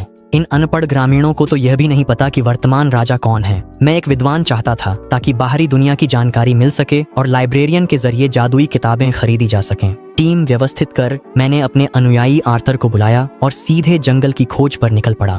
बॉस, हम जंगल में क्यों जा रहे हैं? आर्थर सतर्क होकर इधर उधर देख रहा था। उसे डर था कि कहीं कोई जंगली सुअर हमला न कर दे। क्या बेवकूफी है, जाहिर है तुम्हें दुनिया दिखाने के लिए। मुझे समझाने की जरूरत ही नहीं लगी। मैंने अपने इन्वेंट्री से जादुई गेहूं से ताजा बना लंबा ब्रेड निकाला और उसे उसके हाथों में थमा दिया। तुमने नाश्ता नहीं किया है ना, इसे कुतर लो। आर्थर ठिठक गया। उसकी उंगलियां ब्रेड को दबा रही थीं, जो बादल जैसी नरम थीं। उसने सावधानी से ब्रेड को अपने मुंह तक लाया और एक कौर लिया। गेहूं की समृद्ध खुशबू और बेकिंग की मिठास उसके मुंह में तुरंत ही फूट पड़ी। यह लड़का अचानक बोलना बंद कर गया और एकदम स्थिर खड़ा रहा। बेतहाशा ब्रेड को अपने मुंह में ठूंसने लगा। उसके कीचड़ से सने गालों पर आंसू टपकने लगे जो उसके पैरों के नीचे हरी घास पर गिर रहे थे। लो, उसने फिर से खाते खाते रोना शुरू कर दिया। इस बेरहम दुनिया में भरपेट खाना किसी को जान देने पर मजबूर कर देता है। मैंने आह भरी और अपनी बची आधी ब्रेड उसे दे दी। बकवास बंद करो, तुम्हें बॉस के छोड़े हुए खाने को खत्म करना ही होगा। अगर तुम इसे नहीं खाओगे तो मेरी इज्जत नहीं रखोगे। आर्थर ने अपने आंसू पोंछे, ब्रेड को सीने से कसकर पकड़ लिया और कहा कि वह इसे अपनी बहन के लिए बचाएगा। हम दोनों आगे टहलते रहे। रास्ते में कीचड़ पर चलते हुए मैं एक 10 मीटर ऊंचे ओक के पेड़ पर चढ़ गया ताकि पक्षियों के अंडे चुरा सकूं और एक डाल पर खड़े होकर नजारे देखने लगा। देखा कि मैं नीचे नहीं उतर पा रहा हूँ तो मैंने सीधे लोहे की बाल्टी निकाल ली। ध्यान से देखो आर्थर, इस चाल को कहते हैं MLG वाटर बकेट। मैं कूदा और मांस के पेस्ट में बदलने से ठीक एक पल पहले मैंने अपने पैरों के पास पानी की बाल्टी फेंक दी। पानी के बहाव ने मुझे सहारा दिया। मैं पूरी तरह से सुरक्षित रहा। पेड़ पर ऊपर आर्थर की आंखें लगभग जमीन पर गिर पड़ी। नीचे उतरने के बाद मुझे एक पेड़ के नीचे एक लाल मशरूम भी मिला। अच्छी चीज है, ये मशरूम हाउस बनाने के लिए बेहतरीन निर्माण सामग्री है। मैंने इसे जल्दी से अपनी जेब में डाल लिया। जब आर्थर और मैं जंगल में खेल रहे थे, पियर्स की टीम असली नरक का सामना कर रही थी। वे मेरी सीमा छोड़कर महान अकाल की असली दुनिया में कदम रख चुके थे। आधे मील आगे सड़क पर हरियाली का नामो निशान नहीं था। सूखी नदी की तलहटी शरणार्थियों के खूनी हाथों के निशानों से भरी थी और किनारे कुत्तों की चबाई हड्डियों से अटे थे। कुछ कंकाल जैसे भूखे लोग पियर्स और अन्यों को लालच से घूर रहे थे। अगर उनके पास तलवारें न होती तो वे उन पर टूट पड़ते और उन्हें जिंदा खा जाते। वे सब अपने दिलों में डर लिए हुए जल्दी जल्दी आयरन होल्ड की ओर बढ़े। शहर के फाटकों के बाहर चर्च के दलिया बांटने वाले लकड़ी के शेड बहुत पहले ही खाली हो चुके थे। एक प्रहरी ने कहा, आज रोटी नहीं है, और नीचे विलाप गूंज उठा। मृतकों को सीधे सामूहिक कब्रों में डाल दिया जाता, जबकि जीवित लोग मौत का इंतजार कर रहे थे। पियर्स और साथियों ने पहरेदारों को चांदी की रिश्वत दी और चुपके से शहर में घुस गए। उन्होंने रास्ते में हर किसी से पूछा कि क्या कोई मठ का विद्वान गांव में पढ़ाने चलेगा, खाना मिलेगा। पूछताछ करने पर पता चला कि शहर के विद्वान जैसे ही सुनते कि उन्हें शहर छोड़ना होगा, वे तुरंत साफ मना कर देते। शहर छोड़ना मतलब था जंगल में दंगाइयों के लिए चारा बन जाना। ऐसे में कौन जाने की हिम्मत करता। पियर्स और उसके साथी बेचैन थे। तभी उनका सामना सिटी गार्ड से हुआ। कप्तान गैविन ने तलवार निकालकर चिल्लाया, इन्हें काल कोठरी में डाल दो। पियर्स और उसके दोस्त सन्न रह गए। कौन जानता था कि उसके बगल में खड़े 2 गार्ड्स ने जब ध्यान से देखा तो डर के मारे उनकी हालत खराब हो गई। ये दोनों वही बदकिस्मत बैरन के सेवक थे जो 2 दिन पहले ऑक हेवन में टैक्स वसूलने गए थे और जिन्हें मेरी बातों के कारण अगले जन्म में जंगली सुअर बनने का श्राप मिला था। हे भगवान, मेरे पूर्वजों। गार्ड्स ने घबराकर गैविन का हाथ पकड़ धा और पियर्स को झुककर सलाम किया। माफ करें, आप आगे बढ़ें। मुसीबत टलने पर पियर्स ने भेड़ें और औजार खरीदे। विद्वान न मिलने पर उन्होंने शहर के बाहर शरणार्थी बस्तियों में किस्मत आजमाने का फैसला किया। शहर के बाहर शरणार्थियों के जमावड़े में गांव वाले कॉलिन ने सूखी नमकीन मछली उठाकर चिल्लाया, हम खाना देंगे, बस आप पढ़े लिखे विद्वान हो। भूख से तड़पते शरणार्थियों की भीड़, जिनकी आंखें हरी चमक रही थीं, रेंगते हुए आगे आई और खाना पाने के लिए विद्वान बनने का नाटक करने लगी। कॉलिन से यह देखा नहीं गया और उसने अपने हाथ की सूखी नमकीन मछली बांट दी। जैसे ही वे निराश होकर गांव लौटने की तैयारी कर रहे थे, एक कमजोर सा युवक जो लकड़ी की छड़ी के सहारे लंगड़ाता हुआ आगे बढ़ रहा था, सामने आया। उसका नाम एल्विन था, जो एक बदहाल मठ का विद्वान था। उसके पीछे पीछे एक हट्टा कट्टा टैटू वाला घुमंतू भाड़े का सिपाही ब्रॉन चल रहा था। मैं तुम्हारे साथ चलूंगा। भूख से बेहाल एल्विन ने मजबूरी में हामी भर दी। भर्ती के बाद पियर्स की टुकड़ी भेड़ों और नए लोगों को लेकर वापस निकल पड़ी। सूखी नमकीन मछली की गंध ने टकराव को पूरी तरह भड़का दिया था। सैकड़ों भूखे शरणार्थी उन 2 भेड़ों पर नजरें गड़ाए दस्ते के पीछे जॉम्बियों की तरह चल रहे थे। तभी भीड़ से एक निशान वाला गुंडा निकला और घुटनों के बल गिरकर दया की भीख मांगने लगा। वह एक निवाले के लिए गिड़गिड़ाते हुए और क्रॉस का चिन्ह बनाते हुए धीरे धीरे कॉलिन की ओर बढ़ने लगा। एल्विन ने खतरा भांपते हुए गरज कर कहा, सावधान रहो। चेहरे पर निशान वाला आदमी तुरंत उछल पड़ा। उसने अपनी कमर के पीछे से मल में सना हुआ एक तेज लोहे का टुकड़ा निकाला और सीधे कॉलिन के दिल की ओर वार कर दिया। तभी ब्रॉन ने बिजली की तरह झपटकर निशान वाले आदमी के पेट में ऐसा मुक्का मारा कि उसकी आंतें फट गईं। वह जमीन पर गिरा, तड़पा और दम तोड़ दिया। इस वार ने तुरंत मधुमक्खी के छत्ते जैसा हंगामा मचा दिया। उन्होंने किसी को मार डाला था। इन्हें मार डालो, भेड़ को पकड़ो और मांस खाओ। सैकड़ों भूखे शरणार्थी पूरी तरह पागल हो गए। पत्थर और जंग लगे चाकू उठाए, दांत और नाखून दिखाते हुए झपट पड़े। हर दिशा से लोग आ रहे थे। पियर्स, कॉलिन और बाकी लोग पीठ से पीठ सटाकर खड़े हो गए, एक सख्त घेरा बना लिया और अपनी लकड़ी की तलवारें पागलों की तरह घुमाने लगे। लकड़ी की तलवारें बेहद तेज थीं, एक के बाद एक लोगों को काटती जा रही थीं, लेकिन भूखे लोगों की तादाद बहुत ज्यादा थी। वे सबको मार ही नहीं सकते थे। शक्ति तेजी से खत्म हो रही थी और रक्षात्मक पंक्ति टूटने के कगार पर थी। प्रभु द्वारा दी गई जूते पहन लो। गांव वाले डिक्सन ने अपने पैरों से चमड़े के जूते उतारे और उन्हें ब्रॉन के हाथों में एक लकड़ी की तलवार के साथ थमा दिए। ब्रॉन हैरान रह गया। ये जूते उसके पैरों से एक पूरा साइज छोटे थे। जैसे ही उसके पैर जूतों से छुए, वे चमड़े के जूते जीवित होकर फैल गए और पैरों पर फिट हो गए। एक जादुई अवशेष। ब्रॉन दंग था। बिना सोचे चमड़े के जूते पहन और लकड़ी की तलवार लिए वह बाघ की तरह भीड़ में घुस गया। तेज हथियार जूतों पर वार करते रहे, पर उन पर एक निशान तक न पड़ा। ब्रॉन ने अकेले ही आधे से ज्यादा दबाव झेल लिया। इतना मारा कि वह खून से लथपथ हो गया। लेकिन भूखे लोगों की भीड़ बार बार लहरों की तरह आगे बढ़ रही थी। वे बहुत ज्यादा थे। कॉलिन और बाकी लोगों पर अनगिनत खूनी चीरे लगाए गए। उनके कपड़े फट गए, उनकी सारी ताकत खत्म हो गई और वे एक एक करके जमीन पर गिर पड़े। भूखे लोग पागलों की तरह हंसने लगे और अपनी कसाई की छुरियां उठा लीं। आज तुम सब यहीं रहोगे, हमारे राशन बनने के लिए। कड़कड़ाहट, कड़कड़ाहट। अचानक जमीन जोर जोर से कांपने लगी, जैसे कोई प्राचीन दैत्य पागलों की तरह दौड़ता हुआ पास आ रहा हो। भूखे लोग ठीक से खड़े नहीं रह पाए और एक एक करके जमीन पर गिर पड़े। ब्रॉन ने डर के मारे सिर घुमाकर देखा। दूर क्षितिज पर एक विशाल दैत्य जो पूरी तरह शुद्ध लोहे से बना था और जिसकी ऊंचाई 3 मीटर थी, भारी कदमों के साथ सब कुछ रौंदता हुआ आ रहा था। उसकी आंखों में क्रोध की लाल रोशनी चमक रही थी। वह बिल्कुल वही लोहे का गोलेम टाइटन था। जैसे ही वह क्षेत्र की सीमा पार कर गया, वह तुरंत उग्र हो गया। भूखे लोग कुछ समझ पाते उससे पहले ही टाइटन उनकी पंक्ति में घुस चुका था। उसकी मोटी शुद्ध लोहे की बाहें जोर जोर से झूलने लगीं और आगे दौड़ रहे 4-5 भूखे लोग सीधे हवा में उछाल दिए गए।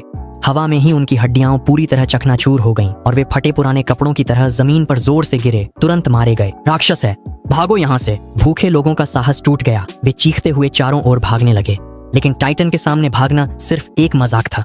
उसने एक विशाल कदम बढ़ाया और एक भूखे आदमी की छाती को एक ही पैर से कुचल दिया। एक थप्पड़ में आदमी और उसकी तलवार दोनों को मांस के पेस्ट में बदल दिया गया। बिल्कुल बिना किसी चाल के, सिर्फ शुद्ध कुचलने वाली ताकत। यह एक युद्ध मशीन थी जो सिर्फ कत्लेआम के लिए बनी थी। पल भर में कटे हुए अंग और टूटी हुई बाहें हर जगह बिखर गईं और खून ने बंजर भूमि को लाल कर दिया। बाकी बचे भूखे लोग अपने माता पिता को पुकारते हुए बिना कोई निशान छोड़े भाग गए। ब्रॉन डर के मारे बुरी तरह कांप रहा था। उसके हाथ की लकड़ी की तलवार खड़खड़ाती हुई जमीन पर गिर गई। ऐसे अजेय राक्षस के सामने उसमें अपनी तलवार निकालने की भी हिम्मत नहीं थी। खून से सना टाइटन ने अपना सिर घुमाया और ब्रॉन की ओर घूर कर देखा। टाइटन कोलोसस, उसे मत मारो, वह हमारे साथ है। डिक्सन, जो जमीन पर लकवाग्रस्त पड़ा था, घबराकर हाथ हिलाने और चिल्लाने लगा। टाइटन समझ गया और उसकी आंखों में जलती लाल रोशनी धीरे धीरे बुझ गई। वह अपने मांस के टुकड़ों से ढंके पैरों पर चलते हुए पियर्स और बाकी लोगों के पास गया। उनके शरीर पर पड़े घावों को देखकर टाइटन ने बेवकूफी से अपना लोहे का सिर खुजाया और अपनी मोटी लोहे की हथेलियों से हवा में ही कुछ नाजुक लाल अफीम के फूल जादू से बना दिए, जिन्हें उसने धीरे से उनके हाथों में रख दिया। ब्रॉन ने खून से भरा थूक निगला। उसकी दुनिया की सोच चकनाचूर हो गई थी। आखिर इन देहाती लोगों की पृष्ठभूमि क्या है?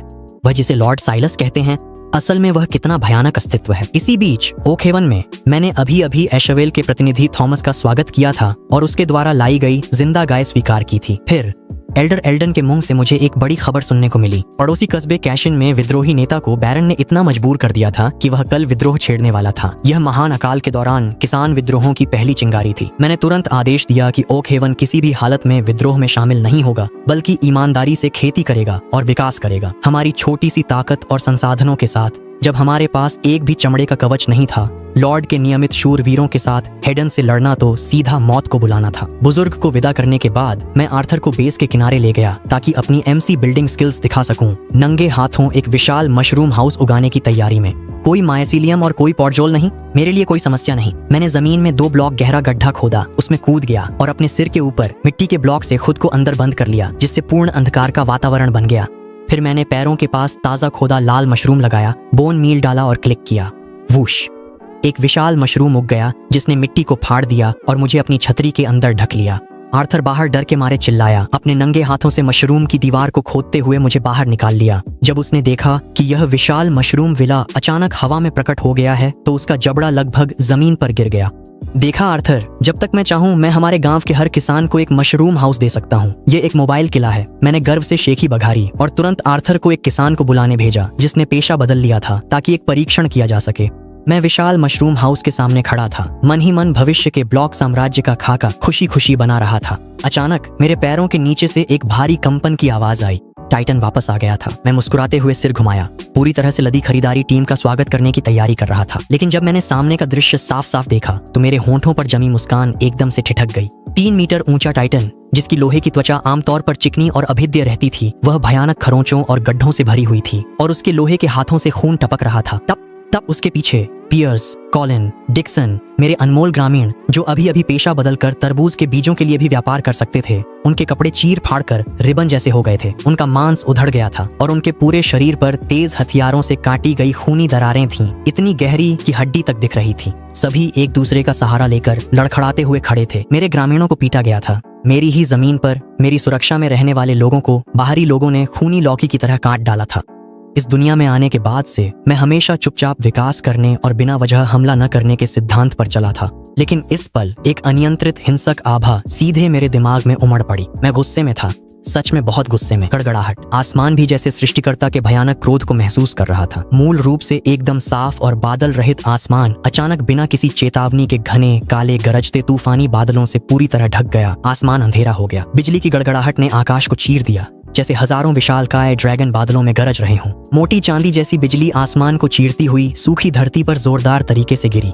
एक मूसलाधार बारिश अचानक हेडन पर टूट पड़ी और पल भर में पूरी दुनिया को पानी की चादर में डुबो दिया। तेज हवा धारदार ब्लेड में बदल गई। जंगल और बंजर भूमि में पागलों की तरह गुर्राते हुए दौड़ने लगी। दुनिया के किनारे पर पक्षी और जानवर जमीन पर लेट गए, डर के मारे कांपने लगे और यहाँ तक कि सबसे खूंखार भूखे भेड़िए भी सिसकियां भरने लगे। दूर अश्वेल में गांव वाले डर के मारे अपने घरों से बाहर भागे और ओक हेवन की दिशा में उस भयानक तूफानी सीमा को घूरने लगे जो मानो प्रलय के आने जैसी लग रही थी। सभी के पैरों में जैसे जान नहीं रही और वे एक के बाद एक कीचड़ भरे पानी में घुटनों के बल गिर पड़े। सब समझ गए थे कि पहाड़ों में एकांतवासी संत बहुत क्रोधित हैं। जो मेरे सिलास गांव वालों को छुएगा, मैं उसके पूरे गांव को राख समेत भट्टी में झोंक दूंगा। मैंने सामने खड़े भीगे चूहों जैसे झुंड को घातक नजरों से देखा। गांव वाला कॉलिन कीचड़ में घुटनों के बल गिरकर घबराते हुए प्रार्थना करने लगा। हे प्रभु, अपना क्रोध शांत करें। हमें जंगल में गुंडों ने घेर लिया था। टाइटन कोलोसस ने ही कत्लेआम मचाया और उन सबको मार डाला। सभी का सफाया हो गया। मेरा गुस्सा एकदम से आधे से भी ज्यादा कम हो गया। ठीक है, जो भी मेरे लोगों पर हाथ उठाएगा उसे मरना ही चाहिए। एक विचार के साथ ही मैंने तूफान को समाप्त कर दिया और आसमान तुरंत साफ हो गया। सब उठो। मैंने पीछे से तेल में तली चटकती भुनी मछलियों का ढेर निकाला और सीधे उनकी बाहों में फेंक दिया। खाओ, इतना खाओ कि पेट भर जाए। ये साधारण मछलियां नहीं थीं, ये एमसी सिस्टम द्वारा बनाई गई भुनी हुई मछलियां थीं। जैसे ही भूख की पट्टी भरती है, सेहत सुधरने लगती है। हड्डी पसली हुए भूखे डिक्सन ने मछली को कुछ ही कौर में निगल लिया। एक चमत्कार हुआ। उसके शरीर पर तलवार के जो घाव हड्डी तक दिख रहे थे वे साफ तौर पर भरने लगे, पपड़ी गिरने लगी और आंखों के सामने ही नई कोमल त्वचा उगने लगी। नया आया हुआ भटकता भाड़े का सिपाही ब्रॉन पास में खड़ा यह सब देख रहा था। उसकी आंखें हैरानी से बाहर निकलने को थीं। वह डिक्सन के घावों को टकटकी लगाए देख रहा था और बेतहाशा निगल रहा था। उसने अपनी जिंदगी में कब ऐसी दिव्य जादूगरी देखी थी। खूब खाना पीना खाने के बाद मैंने अपनी नजर टाइटन की बाहों में पड़े बदबूदार बेहोश विद्वान पर डाली। वह एल्विन था जिसे ब्रॉन ने जान पर खेलकर बचाया था। उसकी बदबू इतनी तीखी थी मानो 10 साल पुरानी गोबलिन की सड़ी शराब से भी ज्यादा घिनौनी हो। टाइटन, इसे जमीन पर फेंक दो। मैंने घृणा से अपनी नाक दबाई, एक लोहे की बाल्टी निकाली और पास खड़ी गाय का दूध निकालने लगा। वह बाल्टी तुरंत ताजे दूध से भर गई। इसे उसमें डाल दो, मैंने आदेश दिया। एमसी के नियमों में ऐसा कोई नकारात्मक प्रभाव नहीं है जिसे एक बाल्टी दूध पीकर दूर न किया जा सके। अगर ऐसा है तो 2 बाल्टी पी लो। टाइटन ने बेरहमी से एल्विन का मुंह खोला और पूरी बाल्टी उसमें उंडेल दी। घट घट घट। इस आदमी के चेहरे की मरी हुई सी राखी रंगत में साफ साफ गुलाबी आभा लौट आई। मेरा भविष्य का मुख्य पुस्तकालय अध्यक्ष बच गया था। मैंने ब्रॉन की ओर देखा। वह लड़ने में ठीक था और छोटे मोटे कामों के लिए एकदम सही था। ब्रॉन, कल आयरन होल्ड में विद्रोहियों का दंगा होगा। तुम शहर जाओ और मेरे लिए कुछ लोगों को पकड़ लाओ। एक बढ़ई, एक लोहार, एक जड़ी बूटी वाला, हर एक में से एक ले आना। ब्रॉन एक घुटने पर गिर गया। उसकी आवाज कांप रही थी। जैसा स्वामी आदेश दें, मैं आग और पानी में भी जाऊंगा। ये जल्दी समझ जाता है। मुझे ऐसे कर्मचारी पसंद हैं जो अपनी जान की परवाह नहीं करते। लेकिन एक सम्राट कभी भूखे सैनिकों को युद्ध में नहीं भेजता। उसके लिए घर बनाना होगा। मैंने किसान ऑन्सवाल्ड को बुलाकर हड्डी की खाद दी और गड्ढे की ओर इशारा किया। गड्ढे में खड़े होकर जादुई गेहूं की तरह खाद मशरूम पर छिड़को। याद रहे, चाहे जो हो, सिर झुकाए रखना और हिलना मत। ऑसवाल्ड कांपते हुए निर्देशों का पालन करने लगा। जैसे ही हड्डी की खाद छिड़की गई, धड़ाम से जमीन से 2 मंजिला ऊंचा एक विशाल लाल मशरूम उगाया। मैंने टाइटन से मशरूम के तने में जबरदस्ती एक दरवाजा कटवाया और लापरवाही से एक लकड़ी का दरवाजा निकालकर उस पर लगा दिया। मैंने एक ओक की तख्ती भी टांग दी। Mushroom town house number 1, Silas limited edition. मैंने इस पूरी तरह प्राकृतिक, प्रदूषण मुक्त विशाल मशरूम विला की ओर इशारा किया और ब्रॉन की तरफ भौं उठाकर देखा। अब से यह तुम्हारा घर है। ब्रॉन उस विशाल लाल संरचना को खाली खाली नजरों से घूरता रह गया। उसकी आंखों के गड्ढे तुरंत लाल हो गए। इस अराजक दुनिया में जहां वह बेघर था और ठीक से खाना भी नसीब नहीं था, अब उसके पास सच में अपना खुद का घर था। वह जोर से घुटनों के बल गिर पड़ा। उसका माथा जमीन पर जोर जोर से टकराया। अब से ब्रॉन की यह तुच्छ जिंदगी प्रभु की है। शरणार्थियों को बसाने के बाद मैं मुड़ा और अपने ही पिछवाड़े में चला गया। पशुपालन शुरू करना जरूरी था। मैंने हाल ही में बटोरे गए अंडों की एक बड़ी मुट्ठी निकाली। उन्हें सहने की जहमत भी नहीं उठाई, बस उन्हें जमीन पर जोर जोर से फोड़ना शुरू कर दिया।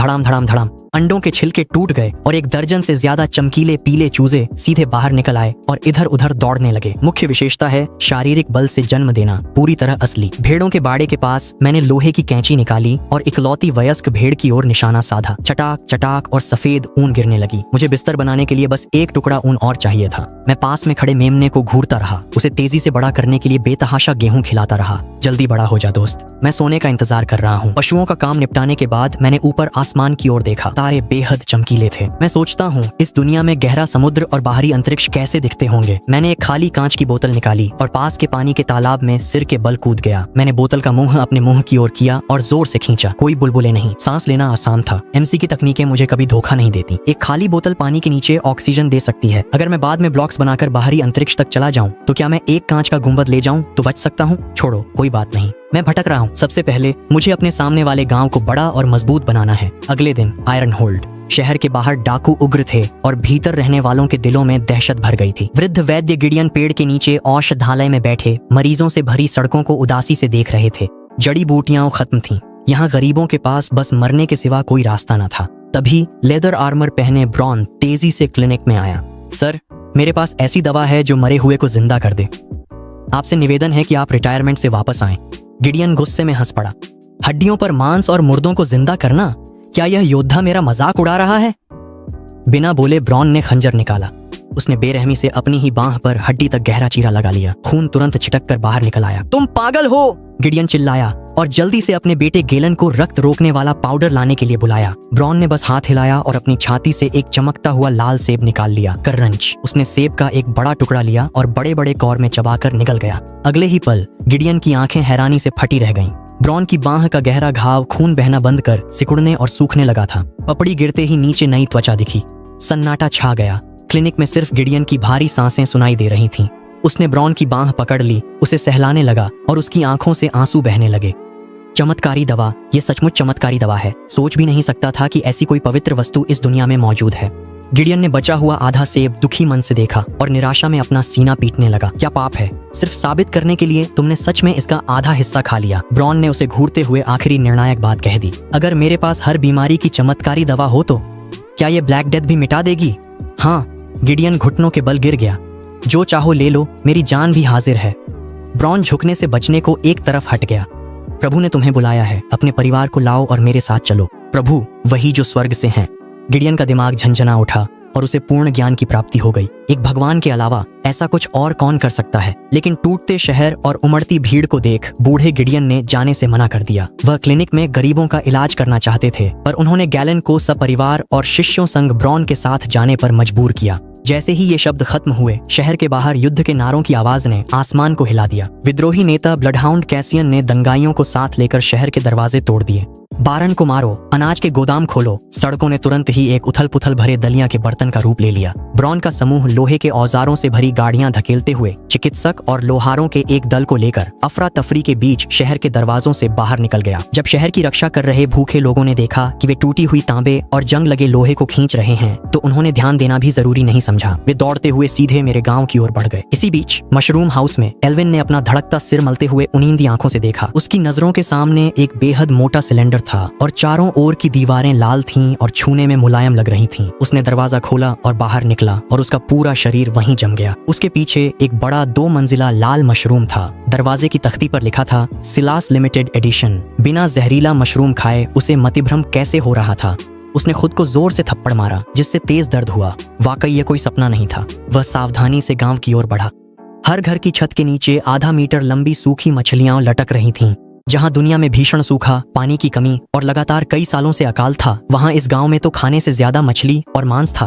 और भी डरावना हिस्सा तो बाद में आया। एक कोने में छुपकर उसने अपनी आंखों से देखा कि 3 मीटर ऊंचा लोहे का जादुई गोलेम एकदम चौकोर मिट्टी का टुकड़ा एक हाथ से उठा रहा था। गांव वाले मिट्टी को लकड़ी से धकेल देते। दूर टोपी पहने ग्रामीण अचानक मिली भुनी मछलियां गटागट खा रहे थे। एल्विन पागल हो गया। यह कैसी अजीब पाताल जैसी जगह थी। गांव की सड़क पर चलते हुए वह एक छोटी झील तक पहुंचा। उसने मुझे किनारे आराम से मछली पकड़ते देखा। झील का पानी साफ था और चारों ओर लकड़ी के घरों की कतार थी। उसने गहरी सांस ली और झुककर अभिवादन किया। मैं एल्विन हूँ। आपकी कृपा से मेरी जान बचाने के लिए आपका धन्यवाद करता हूँ। मैंने अपने बगल की घास पर थपथपाया। बैठो, मेरे साथ थोड़ी देर मछली पकड़ो। वह अकड़कर बैठ गया। उसकी नजरें बार बार पानी की ओर जा रही थीं। तुम्हें यह गांव कैसा लगा? मैंने यूं ही कैजुअली पूछा। उसका हाव भाव जटिल था। शांति से रहना और काम करना, भरपूर भोजन, ये तो किसी दैवीय स्वर्ग यानी एडन गार्डन जैसा है। लेकिन अभी दुनिया में अराजकता है। हर जगह उपद्रवी उठ रहे हैं। आपकी यह समृद्ध भूमि देर सवेर किसी न किसी सामंत या डाकू की नजर में आ ही जाएगी। इस आदमी में कुछ हुनर था। उसकी समझ बहुत तेज थी। तुम कहना क्या चाहते हो? एल्विन ने अपनी पीठ सीधी कर ली। इस स्वर्ग को बनाए रखने के लिए आपको सेना और कानून चाहिए। मैं प्रतिभाशाली नहीं, पर आपकी जिम्मेदारियां बांटने को तैयार हूं। उसने सुंदर तस्वीर खींची, पर उसकी आंखें निस्तेज थीं, जैसे शहीद होने को तैयार कोई तपस्वी। मुझे उसे कुछ प्रभावशाली दिखाना था। ठीक उसी समय मछली पकड़ने का बंसी का तैरता हुआ सिरा जोर से डूब गया। मैंने अपनी कलाई घुमाई। पटाक, एक बड़ी मछली पानी से बाहर उछली और हवा में ही सीधे तेज सुनहरी रोशनी में बदल गई, जो पल भर में मेरी देह में समा गई। एल्विन हैरान रह गया। उसका मुंह खुला का खुला था। मछलियां ऐसे पकड़ी जाती हैं, खुद रोशनी बन जाती हैं। मैं खड़ा हुआ और उसे मुर्गियों के बाड़े की ओर ले गया। मैंने गेहूं के कुछ दाने उठाए और चूजों को खिलाए। सुस, चूजे तुरंत फूलकर बड़ी मुर्गियों में बदल गए। उन्होंने अपने पंख फड़फड़ाए और एक अंडा दिया। एल्विन के पैर जवाब दे गए और वह लगभग घुटनों के बल गिर पड़ा। कुछ न होते हुए भी कुछ बना देना, ये तो देवताओं की विधियां हैं। मैंने सिर घुमाकर उसे घूरा। मेरी आवाज मोहक थी। ये मुर्गियां कुछ ही दिनों में बड़ी हो जाती हैं और बिना खिलाए अंडे देती हैं। जब तक इनकी संख्या पर्याप्त है, दुनिया में कोई भी कभी भूखा नहीं रहेगा। मैंने इस दुनिया की ओर इशारा किया। क्या तुम मेरे साथ बिना भूख वाली दुनिया देखने चलोगे? तुम्हारा नाम इतिहास में अमर हो जाएगा। एक ऐसी दुनिया जहां भूख नहीं है। ये कुछ शब्द जैसे कोई भारी हथौड़ा एल्विन के दिल की घातक शांति को बेरहमी से तोड़ गए। उसकी आंखों में भेड़िए जैसी भूख दिखी। वह घुटनों के बल गिरकर मेरे पैर चूमने लगा और कांपती आवाज में बोला, स्वामी, मैं अपना जीवन और यह दुनिया आपको समर्पित करता हूँ। शीर्ष स्तर का गृह प्रशासन अधिकारी अब मेरी झोली में है। जैसे ही मैंने बड़ी तस्वीर पूरी की, गांव के प्रवेश द्वार से हलचल की आवाज आई। ब्रॉन लोगों को वापस ले आया था। गाड़ियों में लोहे के औजार भरे हुए थे। उनके पीछे सहमे हुए लोहार और चिकित्सक गैलन थे। मैं बड़े बड़े डग भरते हुए वहां गया। मुझे देखते ही लोहार घुटनों पर गिर पड़े। मैंने उन्हें देखा। क्रॉसबो बनाना किसे आता है? हमें आता है। लोहार डर गए कि देरी हुई तो उन्हें इस जगह से निकाल देंगे। कवच वो भी बना लेंगे। भाई, ये तो उस्ताद हैं। बारन सच में अपनी संपत्ति की बर्बादी कर रहा था। मैंने भीड़ की हलचल को शांत करने के लिए हाथ उठाया और घोषणा की, आने वाले उथल पुथल भरे समय में उपद्रवियों की संख्या बस बढ़ती ही जाएगी। मैं चाहता हूं कि आप हथियार उठाएं और अपनी रक्षा करें। लोहार अब तीर बनाने वाले और हथियार बनाने वाले बनेंगे। सभी को वेतन के साथ प्रशिक्षण मिलेगा। जैसे ही ये शब्द निकले, ओकहेवन के गांव वाले पूरी तरह से जोश में आ गए। मालिक के लिए काम करने के लिए पैसे की जरूरत नहीं है, बस खाना दे दो। जो भी मालिक को छूने की हिम्मत करेगा, हम अपनी जान की बांजी लगाकर उसे मार डालेंगे। भावनाएं चरम पर थीं और लोहार इतने डर गए थे कि वे पूरी तरह कांपने लगे। उन्हें लगा जैसे वे किसी कट्टरपंथी पंथ के अड्डे में आ गए हों। मुझे इस बात की कोई परवाह नहीं थी कि वे क्या सोचते हैं। मैंने चिकित्सक गैलन की ओर देखा। मैंने टाइटन को इशारे से बुलाया, जाओ उसके लिए एक बाल्टी दूध निकालो। यही वह चमत्कारी दवा है जो सभी बीमारियों को ठीक कर सकती है। उसे इसे खुद धीरे धीरे अध्ययन करने दो। गैलन ने कांपते हाथों से लोहे की बाल्टी ली, जैसे वह कोई अनमोल खजाना हो। काम बांटने के बाद मैंने लोहे के औजारों को कारीगरी की मेज के पास ढेर कर दिया। लोहे को गढ़ने और जॉब ब्लॉक बनाने जैसा भारी काम कल तक के लिए टाल दिया। मैं वापस भेड़ों के बाड़े में गया और उस भेड़ को घूरने लगा जिसने पेट भर गेहूं खा लिया था और फिर से सफेद ऊन उगा ली थी। कैंची तैयार की गई। छटाक छटाक ऊन प्राप्त हुई। 3 लकड़ी की पट्टियां, 3 ऊन के टुकड़े कारीगरी की मेज पर रखे। मेरे हाथ में एक चमकदार लाल बिस्तर आ गया। मैं घर के अंदर गया, बिस्तर को जमीन पर पटका और मेरा पूरा शरीर अकड़कर उस पर गिर पड़ा। 3 ऊन के टुकड़ों से बने चमकदार लाल बिस्तर पर लेटकर मैंने आराम से अपनी आंखें बंद कर लीं। कल जब मैं उठूंगा, मेरी ब्लॉकी सेना आधिकारिक रूप से सक्रिय हो जाएगी। एमसी का बिस्तर तो शाश्वत भगवान है। यहाँ अनिद्रा की कोई परेशानी नहीं है। बस उस पर लेट जाओ, आंखें बंद करो और खोलो, तुरंत उजाला हो जाता है। तुरंत जाग जाते हो, पूरी तरह ऊर्जा से भरपूर। मैंने दरवाजा खोला और पूरी ताकत से जुट गया। मैंने आयरन होल्ड से लाए गए सभी लोहे के औजारों को क्राफ्टिंग टेबल में डालकर उन्हें लोहे की सिल्लियों में तोड़ दिया। इसके बाद मैंने गन्ना निकालकर कागज बनाया। फिर कागज और चमड़े से किताबें तैयार की। लकड़ी की पट्टियां, लकड़ी की स्लैब, किताबों की अलमारियां। तेजी से किए गए कई ऑपरेशनों के बाद लाइब्रेरियन के लिए विशेष जॉब ब्लॉक लेक्चरन तैयार हो गया। इस चीज के साथ अगर मेरी किस्मत अच्छी रही तो मैं गांव वालों से जादुई किताबों का व्यापार कर सकता हूं और अपने हथियारों में जादुई गुण जोड़ सकता हूं। इसके बाद पत्थर मिस्त्री के लिए स्टोन कटर और हथियारों को चमकाने के लिए ग्राइंड स्टोन एक एक करके तैयार हो गए। लेकिन जब बात फ्लेचर की फ्लेचिंग टेबल की आई तो मैं अटक गया। फ्लेचिंग टेबल के लिए 2 चकमक पत्थर चाहिए। यह चीज केवल बजरी को तोड़ने से मिलती है और इसका ड्रॉप रेट काफी कम है। यहाँ पास में कोई नदी का किनारा कहाँ है? मैंने आसमान की ओर देखा। बिल्कुल आधी रात थी। अगर मैं नहीं सो रहा था तो कोई और भी नहीं सोने वाला था। बाल्टी लेकर मैं पिछवाड़े गया। गाय से ताजा दूध निकाला। मशरूम टाउन में बूढ़े किसान ऑनसावाल्ड साथ मिलकर मशरूम के स्पॉर बो रहे थे। नए लोहार कतार में घर मिलने का इंतजार कर रहे थे। मैंने आर्थर का दरवाजा खटखटाया। आर्थर, सोए तो नहीं? उसने जम्हाई लेते हुए तुरंत दरवाजा खोला। बॉस, क्या बात है? चलो, मैं तुम्हें रात की खोज पर ले जा रहा हूँ। रास्ते में कुछ बजरी खोदेंगे और पिछली बार देखी गई उन विशाल मधुमक्खियों को पकड़ लेंगे ताकि वे हमारे लिए काम करें। एक शब्द भी बिना कहे आर्थर ने अपना चेहरा धोया, एक टोकरी और एक छुरा उठाया और मेरे पीछे चल पड़ा। उसके आगे आगे चलने से हम जल्दी ही एक सूखी रेतीली जगह पर पहुंच गए। मैंने अपना पत्थर का फावड़ा घुमाया, जोर जोर से खुदाई की और आखिरकार 6 टुकड़े चकमक पत्थर के इकट्ठा कर ली। साथ ही एक पूरा ढेर रेत भी खोद ली जिसे वापस ले जाकर कांच गलाने के लिए इस्तेमाल किया जाएगा। फिर हम उस जंगल में घुस गए जहाँ पिछली बार हमें मधुमक्खियों का छत्ता मिला था। एमसी में मधुमक्खियों को उकसाना एक बेहद आत्मघाती काम है। इन विशालकाय मधुमक्खियों के डंक से बचने के लिए मैंने एक अलाव निकाला और उसे सीधे छत्ते के नीचे रख दिया। धुआं और आग शुरू होते ही मधुमक्खियां शांत हो गईं। मैंने कैंची से छत्ता काटकर 3 शहद के छत्ते निकाल लिए। एक कृत्रिम छत्ता बनाने के लिए 3 छत्ते काफी हैं। तभी पास से एक विशाल जंगली मधुमक्खी उड़ी जो आधे मीटर से लंबी और बेवकूफ सी थी। मैंने एक जंगली फूल तोड़कर आगे बढ़ाया और वह तुरंत भिनभिनाती हुई मेरी हथेली पर बैठ गई। आर्थर पास से हैरानी से देखते हुए गहरी सांस ली और हिम्मत कर मधुमक्खी के रोएंदार सिर को छूने के लिए हाथ बढ़ाया। सुरक्षित होने की पुष्टि करने के बाद वह कान से कान तक मुस्कुरा उठा। फूल पकड़ो और इसे गांव तक ले जाओ। मैंने जंगली फूल आर्थर के हाथ में थमा दिया। मधुमक्खियों के परागण से खेतों की फसलें अब तुरंत ही तेजी से बढ़ने लगेंगी। मैं आर्थर के पीछे पीछे चल रहा था और आगे उड़ती आधे मीटर लंबी विशाल मधुमक्खी की गूंजती आवाज सुनते हुए मेरा मूड बहुत अच्छा था। जैसे ही मैं अपनी छोटी लकड़ी की झोपड़ी के सामने पहुंचा, मैंने देखा कि हाल ही में नियुक्त मुख्य घरेलू अधिकारी एल्विन आदरपूर्वक दरवाजे के बाहर पहरा दे रहे थे। पीछे विशाल मधुमक्खी देख एल्विन का चेहरा पीला पड़ीडीएच गया, पर वह पीछे नहीं हटा और शांत रहकर झुककर बोला, लॉर्ड साइलस, इतनी रात को जागे हो, क्या हुआ? मैंने मधुमक्खी डिब्बे में बंद कर पूछा। माय लॉर्ड, ब्रॉन खबर लेकर आया है कि विद्रोही केसियन ने पहले ही आयरन होल्ड पर कब्जा कर लिया है। एल्विन का स्वर गंभीर था। राजा की नियमित शूरवीर टुकड़ी जल्द ही विद्रोही दल को दबाने के लिए आएगी। एक बार जब शूरवीर केसियन को नहीं ढूंढ पाएंगे तो बहुत संभव है कि वे हमारे गांव को निशाना बनाकर निर्दोषों का कत्ल करें और श्रेय लें। सेना का प्रशिक्षण अब और टाला नहीं जा सकता। तो फिर प्रशिक्षण करो। मैंने लापरवाही से नया बना तीर बनाने का मेज जमीन पर पटक दिया। मैं सैनिकों के प्रशिक्षण के लिए लकड़ी की मेज पर रखी दिव्य मछलियों का उपयोग करना चाहता हूँ। पता नहीं मेरे स्वामी, इन्हें इस्तेमाल करो, जैसा चाहो वैसा करो। मैंने हाथ हिलाया। वो भुनी हुई मछलियों का ढेर तो वैसे भी सबके खाने के लिए था, कंजूसी मत करो। अगली सुबह जल्दी जैसे ही मैं लकड़ी की झोपड़ी से बाहर निकला, दूर के प्रशिक्षण मैदान का दृश्य देखकर मैं चौंक गया। जॉन नवनियुक्त तीर बनाने वालों का नेतृत्व कर रहा था और गांव वालों को खुद अपने हाथों से क्रॉसबो चलाना सिखा रहा था। नियमों से निशाना साधकर फायर करना तो सामान्य था, पर ब्रॉन की तरफ का दृश्य किसी नर्क जैसा था। दर्जनों गांव वाले कपड़े उतार चुके थे, आंखें लाल थीं और वे पागलों की तरह चिल्ला रहे थे, ईश्वर रक्षा करें। फिर दो लोग लकड़ी पत्थर की तलवारें लिए आमने सामने आए और बिना बचाव एक दूसरे पर बेरहमी से वार करने लगे। छपाक, खून बुरी तरह से फूट पड़ा। गांव वाले दर्द से सफेद पड़ गए, लेकिन दांत भींचकर सहन करते रहे। अगर कोई आंखें बंद करके बचने की कोशिश करता तो ब्रॉन आगे बढ़कर उसे गालियां देता था। ब्रॉन की सीटी बजते ही ये निर्दयी लोग अपने हथियार फेंककर भुनी हुई दिव्य मछली खाने लगते। पेट भरते ही उनके गहरे घाव साफ तौर पर तेजी से भरने लगते। पूरी तरह ठीक होते ही वे फिर अपनी तलवारें उठा लेते और एक दूसरे को छेदना शुरू कर देते। कोई बचाव नहीं, सिर्फ हमला, जान के बदले जान। ये तो बिल्कुल भी सेना का प्रशिक्षण नहीं था, यह तो उन्मादी योद्धाओं का बड़े पैमाने पर उत्पादन था। दिव्य मछली जीवन बचाने के लिए सुरक्षा जाल प्रदान कर रही थी और चमड़े के जूते उनकी रक्षा को बढ़ा रहे थे। ऐसे में इस पागल ब्रॉन ने सीधे सभी बचाव की तकनीकों को छोड़ दिया और केवल एक ही चाल सिखाई, अडिग होकर आगे बढ़ो और दुश्मन के महत्वपूर्ण अंगों पर वार करो। अगर इस सेना को बाहर लाया गया तो दंगाई विद्रोहियों की तो बात ही छोड़िए, अगर दूर उत्तर के बर्बर कबीले भी आ जाएं तो भी ये निडर पागल लोग उनकी दो बोटी बेरहमी से काट लेंगे। जब गांव में पागलों की तरह सैनिक तैयार हो रहे थे, तब बाहर कमांडर वुल्फ्रिक अपने घोड़े पर सवार थे और उनका चेहरा बहुत गंभीर था।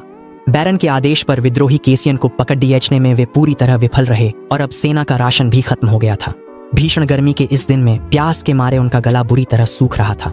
उन्होंने साथ चल रहे एक मजदूर से पानी की मशक छीन ली और एक ही घूंट में सारा पानी पी गए। मजदूर प्यास से बेहोश हो गया और उसने घृणा से हंसते हुए कहा, मूर्ख, क्या तुम पानी पीने के लायक भी हो, बदकिस्मत। वुल्फ्रिक ने मन ही मन हिसाब लगाया कि उसे किसी बलि के बकरे की जरूरत है ताकि वह बैरन को रिपोर्ट कर सके। स्काउट वापस आया और घुटने पर गिरकर बोला, कमांडर, आगे एक गांव है, वहां सिर्फ बीमार और कमजोर लोग हैं और गेट पर कुछ मामूली रक्षक हैं। रास्ता थोड़ा अजीब है, पर हमारी सेना को नहीं रोक पाएगा। बेहतरीन केसियन, आखिर मैंने तुम्हें ढूंढ ही लिया। वुल्फ्रिक उत्साह से कांप उठा।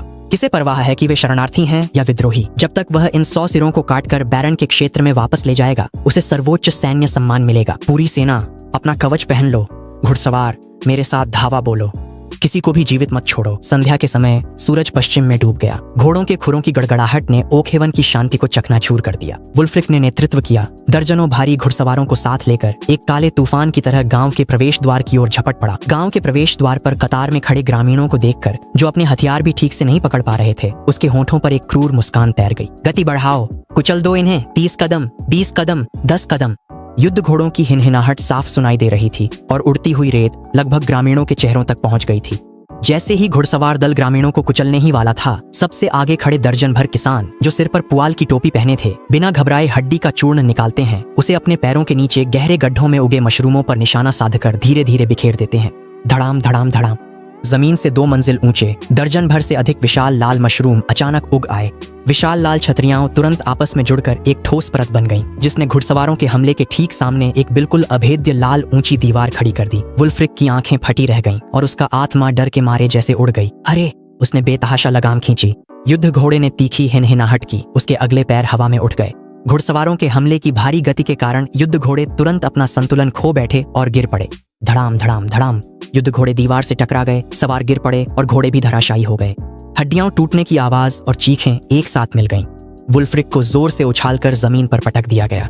अगर वह भारी नाइट आर्मर न पहने होता जो उसने पहन रखा था तो सिर्फ यह एक चोट ही उसकी जान ले लेती। काला जादू, यहाँ जादूगर है। पीछे खड़े पैदल सैनिकों ने यह दृश्य देखा और उनका साहस चकनाचूर हो गया। वुल्फ्रिक तलवार तान कर मशरूम की दीवार की ओर गरजा, चार्ज करो, इन्हें खत्म कर दो, हर हत्या पर दोगुनी तनख्वाह मिलेगी, पीछे हटने पर मौत। दर्जनों सैनिक दीवार पर टूट पड़े और उसे काटने लगे। लाल मशरूम का मांस हर तरफ उड़ने लगा। मोटी मशरूम की दीवार में आखिरकार एक बड़ा छेद बना दिया गया। सैनिकों के जयकारे लगाने से पहले ही उन्होंने गड्ढे के पीछे एक भयानक दैत्य को खड़े देखा। एक पीला शरीर जो 3 मीटर से अधिक लंबा था और जिसकी भुजाएं पत्थर के खंभों जितनी मोटी थीं। लोहे का गोलेम टाइटन अपनी जगह पर मौजूद था। टाइटन मशरूम जैसी दीवार तोड़ घुसा और सैकड़ों दुश्मनों के सामने स्थिर खड़ा रहा। सन्नाटा छा गया। एक कांपते हुए तीरंदाज ने धनुष उठाकर ब्रॉन पर तीर चलाया। खनक, तीर सटीक रूप से ब्रॉन के लोहे के हेलमेट पर लगा। लोहे पर टकराने की एक तेज आवाज गूंजी और परिष्कृत स्टील का तीर तुरंत मुड़कर लहरियां हो गया और बेबस होकर जमीन पर गिर पड़ा। टाइटन गुस्से में था। वह अचानक अपने लंबे पैरों से आगे बढ़ा और एक उग्र भारी रथ की तरह दुश्मन की पंक्ति में घुस गया। सामने खड़े सैनिकों को उसने इतनी जोर से टक्कर मारी कि वे खून थूकते हुए पीछे उड़ गए। टाइटन उस तीरंदाज की ओर दौड़ा, एक हाथ से उसकी कमर पकड़ ली, अपनी लोहे की भुजा को पूरी तरह घुमाया और उसे हिंसक रूप से आकाश में उछाल दिया। स्पूश, चीख पुकार के बीच वह सैनिक सीधे 1 दर्जन मीटर की ऊंचाई पर आकाश में उड़ गया और एक छोटे से काले बिंदु में बदल गया। इस टॉस ने राज्य की सभी सेनाओं की मनोवैज्ञानिक रक्षा को पूरी तरह से ध्वस्त कर दिया। राक्षस, भागो! सैकड़ों आम सैनिक पल भर में घबरा गए। उन्होंने अपने हेलमेट और कवच उतार दिए, अपने माता पिता को पुकारने लगे और इधर उधर भागने लगे। वुल्फ्रिक ने अपना भारी हेलमेट उतार फेंका और अपनी जान बचाने के लिए भीड़ में घुस गया। ब्रॉन ने ठंडे लहजे में कहा, पियर्स, जिसने अपना हेलमेट उतारा है वही कमांडर है, उसे पकड़ो। यह काम मुझ पर छोड़ दो। पियर्स ने अपनी पत्थर की तलवार फेंक दी, एक लकड़ी की तलवार उठा ली और हवा के झोंके की तरह पीछा करने निकल पड़ा। पूरे चमड़े के कवच की रक्षा शक्ति इस टूटी फूटी तांबे और जंग लगी लोहे से निपटने के लिए काफी थी। पियर्स को अपने पास आता देख वुल्फ्रिक के पास खड़ा एक कट्टर विश्वास पात्र अचानक मुड़ा, अपनी नाइट की तलवार दोनों हाथों से कसकर पकड़ी और बेरहमी से पियर्स के गले की ओर वार कर दिया। पियर्स ने तो बचने की कोशिश भी नहीं की। उसने अपना सीना फुलाया और तलवार की नोक का सामना किया। टिंग! लंबी तलवार पियर्स के चमड़े के सीने के कवच पर ऐसे लगी जैसे किसी ठोस चट्टान पर वार किया हो और उसका ब्लेड तुरंत ही अस्वाभाविक रूप से मुड़ गया। उस विश्वास पात्र के चेहरे पर निराशा छा गई। पियर्स ने मौके का फायदा उठाया और अपनी लकड़ी की तलवार घुमाकर उसे बेहोश कर दिया। फिर वुल्फ्रिक का पागलों की तरह पीछा करना जारी रखा। अब वुल्फ्रिक भाग नहीं सकता था। वह घुटनों पर गिरकर प्रार्थना करते हुए दया मांगने लगा। मालिक, जान बख्श दो, मुझे जाने दो, मेरे पास सोने के सिक्के हैं, सब ले लो। पियर्स ठंडे स्वर में बोला, मैं तुम्हें मारूंगा नहीं। लॉर्ड सिलास का आदेश तुम्हें जिंदा पकड़ने का है। आधे घंटे बाद युद्ध समाप्त हो गया। भागते हुए राज्य के सैनिकों की टांगें ज्यादातर टाइटन ने तोड़ दी थीं। उनकी चीखें मैदान में गूंज रही थीं। कई ग्रामीण भुनी हुई मछली लेकर उन सैनिकों के पास पहुंचे जिनकी टांगें टूटी थीं और ठंडे स्वर में आदेश दिया, खाओ, अगर नहीं खाओगे तो अभी यहीं मार डालेंगे। घायल सैनिकों ने जान बचाने के लिए भुनी हुई मछली झपट ली और आंसू बहाते हुए उसे निगलने लगे। उनकी टूटी टांगों से तेज दर्द उठा, लेकिन कुछ सेकंड बाद वह दर्द कम हो गया।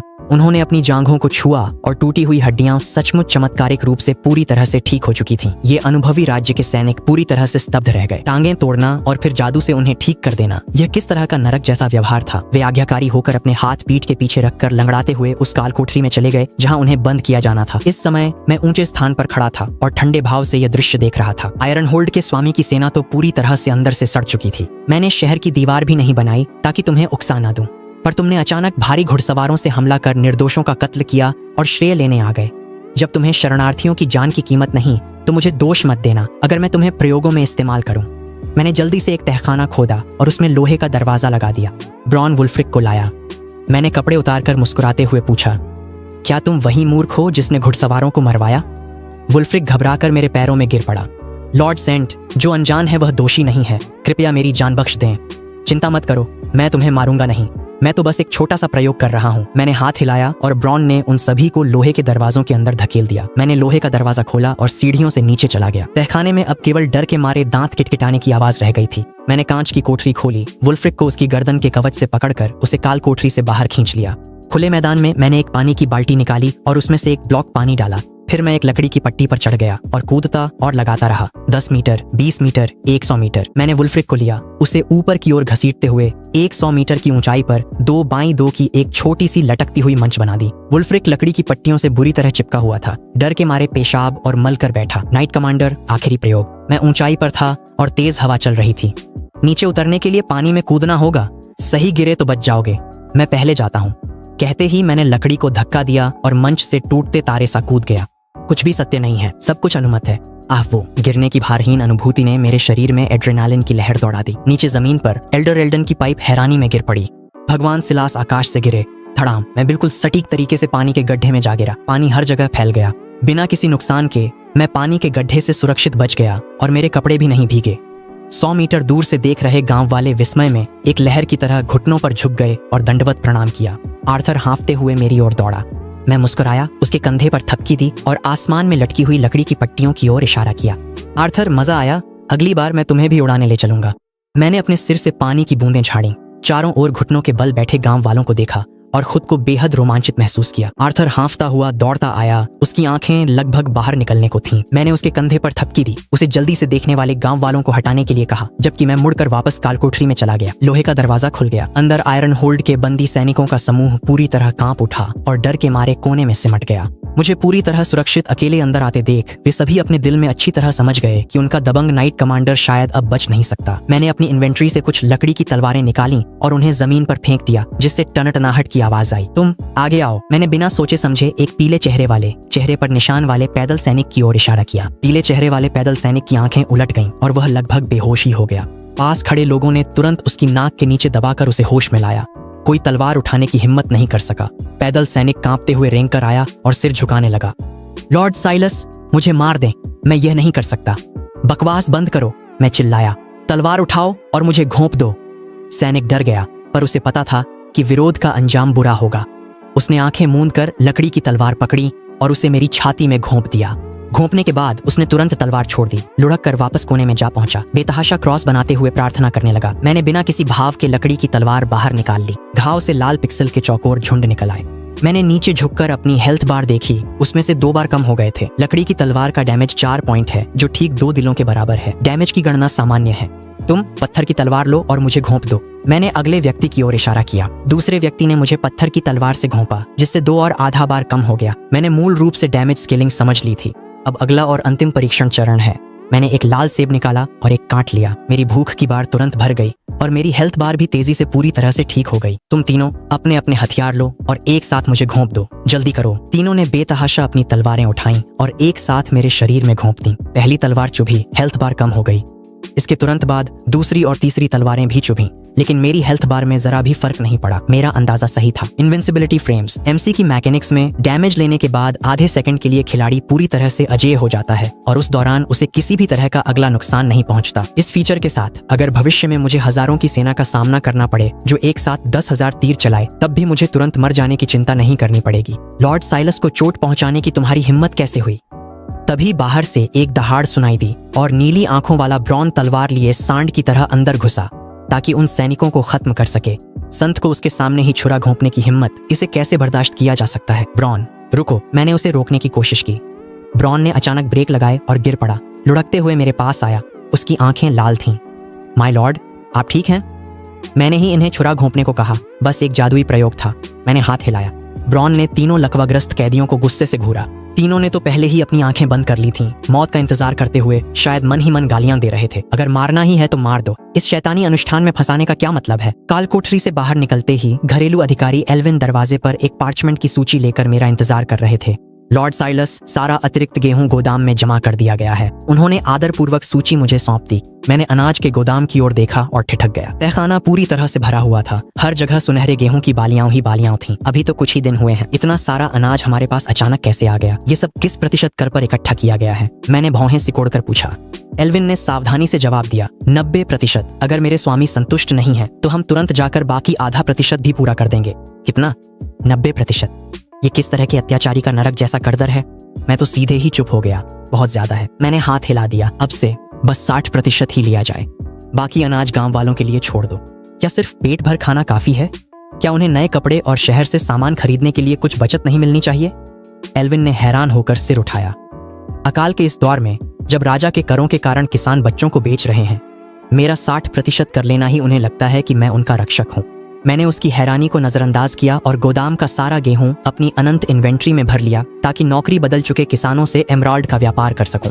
अगले दिन मैंने गांव के प्रवेश द्वार पर एक ऊंचा मंच बनवाया। पूरे गांव के बूढ़े और बच्चे अपनी अपनी नौकरी के हिसाब से कतार में खड़े थे, एक विशाल और घनी भीड़ के रूप में। पियर्स आगे आओ, मैंने जोर से चिल्लाया। पियर्स मूर्खतापूर्ण मुस्कान के साथ मंच पर दौड़ता हुआ आया। तुमने हाल ही में सबसे ज्यादा मेहनत की है, ये तुम्हारा इनाम है। मैंने 2 ऐसी मशालें निकाली जो कभी बुझती नहीं थीं, साथ में एक लाल सेब भी, और ये सब उसके हाथों में थमा दिए। पियर्स ने इन्हें कांपते हाथों से लिया। ये एक न बुझने वाली जादुई आग है। अगर इसे खेत में लगाया जाए तो गेहूं रात में भी तेजी से बढ़ सकता है। इस सेब की एक सुगंध जीवन को लंबा कर देती है। टाइटन, मैंने अपनी उंगलियां चटकाईं। 3 मीटर ऊंचा लोहे का गोलेम डेयरी गाय को लेकर आया। ताजा दूध की एक बाल्टी निकाली और उसे सीधे पियर्स के मुंह की ओर करके उसमें डाल दिया। गट गट गट। एएमसी का दूध सभी बीमारियों को ठीक करता है और सभी नकारात्मक प्रभावों को दूर करता है। जैसे ही दूध उसके पेट में गया, पियर्स की आंखें, जो पहले गंभीर रतौंधी से पीड़ित थीं, तुरंत साफ हो गईं। उसने चारों ओर देखा और अब वह अंधेरे कोनों में भी पूरी स्पष्टता के साथ देख सकता था। प्रभु को इस आशीर्वाद के लिए धन्यवाद। पियर्स उत्साह में एक घुटने पर बैठ गया। उसकी आंखों से आंसू फूट पड़े। मंच के नीचे मौजूद 1000 से अधिक ग्रामीण ईर्ष्या से हरे हो गए। मैंने योग्यता सूची के अनुसार सेब बांटे, मशालें दी और एक एक करके दूध पिलाया। इनाम बांटने के बाद मैं मुड़ा और सीधे घर के अंदर चला गया। एक देवता होने के नाते मुझे रहस्य का आभास बनाए रखना होता है। कल्याण बांटने के बाद मैं पीछे हट जाता हूँ, उन्हें उनकी अपनी खुशी में छोड़ देता हूँ। जैसे ही मैं गया, ब्रॉन ऊंचे मंच पर खड़ा हो गया और नीचे पकड़े गए मिलिशिया को देखने लगा। पिछली रात कुछ बंदी अंधेरे का फायदा उठाकर भाग निकले थे। ये लोग बैरन की जागीर के वंशानुगत सिपाही थे। अगर एक व्यक्ति भाग जाता है तो पूरा परिवार फंस जाता है। वे अपने परिवार को फंसाने से डरते थे, इसलिए किसी भी हालत में वापस भागने की जिद पर अड़े रहे। पिछली रात कोई भाग गया था। प्रभु सब कुछ जानते हैं, ब्रॉन ने ठंडे स्वर में कहा। प्रभु ने कहा है कि वह तुम्हें जबरदस्ती रोकेंगे नहीं। अब जो भी जाना चाहता है आगे आए। 3 दिन का सूखा राशन ले और यहाँ से दफा हो जाए। सन्नाटा छा गया। किसी की हिम्मत नहीं हुई। प्रभु का आदेश ही कानून है। ये आखिरी मौका है। नहीं गए तो यहीं के होकर रह जाओगे। धोखा दिया तो मौत पक्की है। आखिरकार एक आदमी ने दांत भींचे और आगे बढ़ गया। ब्रॉन ने सच में किसी को उसे सूखा राशन से भरा एक थैला थमाने को कहा।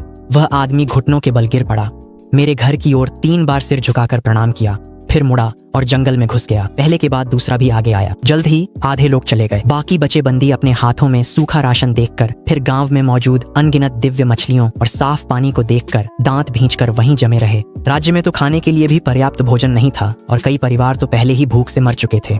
यहाँ रुकना, संत का अनुसरण करना, मतलब है मांस खाना। ब्रॉन ने संतुष्टि से सिर हिलाया। जो लोग इस बार रुके थे वे आज्ञाकारिता की इस परीक्षा के बाद पूरी तरह से ओखेवन के कट्टर वफादार बन चुके थे।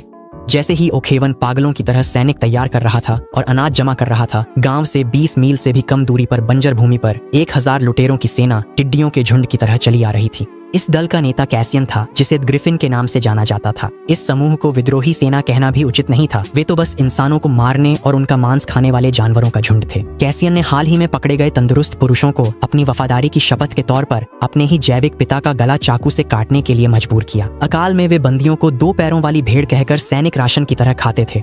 बॉस, आगे ओखेवन है। एक दोस्त ने अंधेरे में धुंधले गांव की ओर इशारा किया।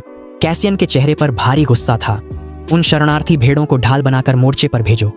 आज चाहे धनी हो या सामंत, सब छीन लो। पुरुषों को मारो, महिलाओं को रखो, बच्चों को फेंक दो। मध्य रात्रि। Clang clang clang. ओखेवन की वॉच टावर में खतरे की घंटी पागलों की तरह बजने लगी।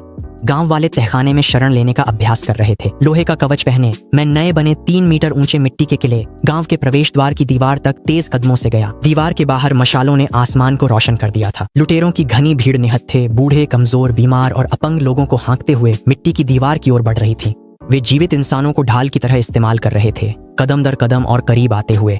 ब्रॉन मुख्य द्वार के पीछे खड़ा था, बाहर रोते हुए शरणार्थियों को देख रहा था। उसकी नीली आंखों में डर था। दया से सेना नहीं चलती।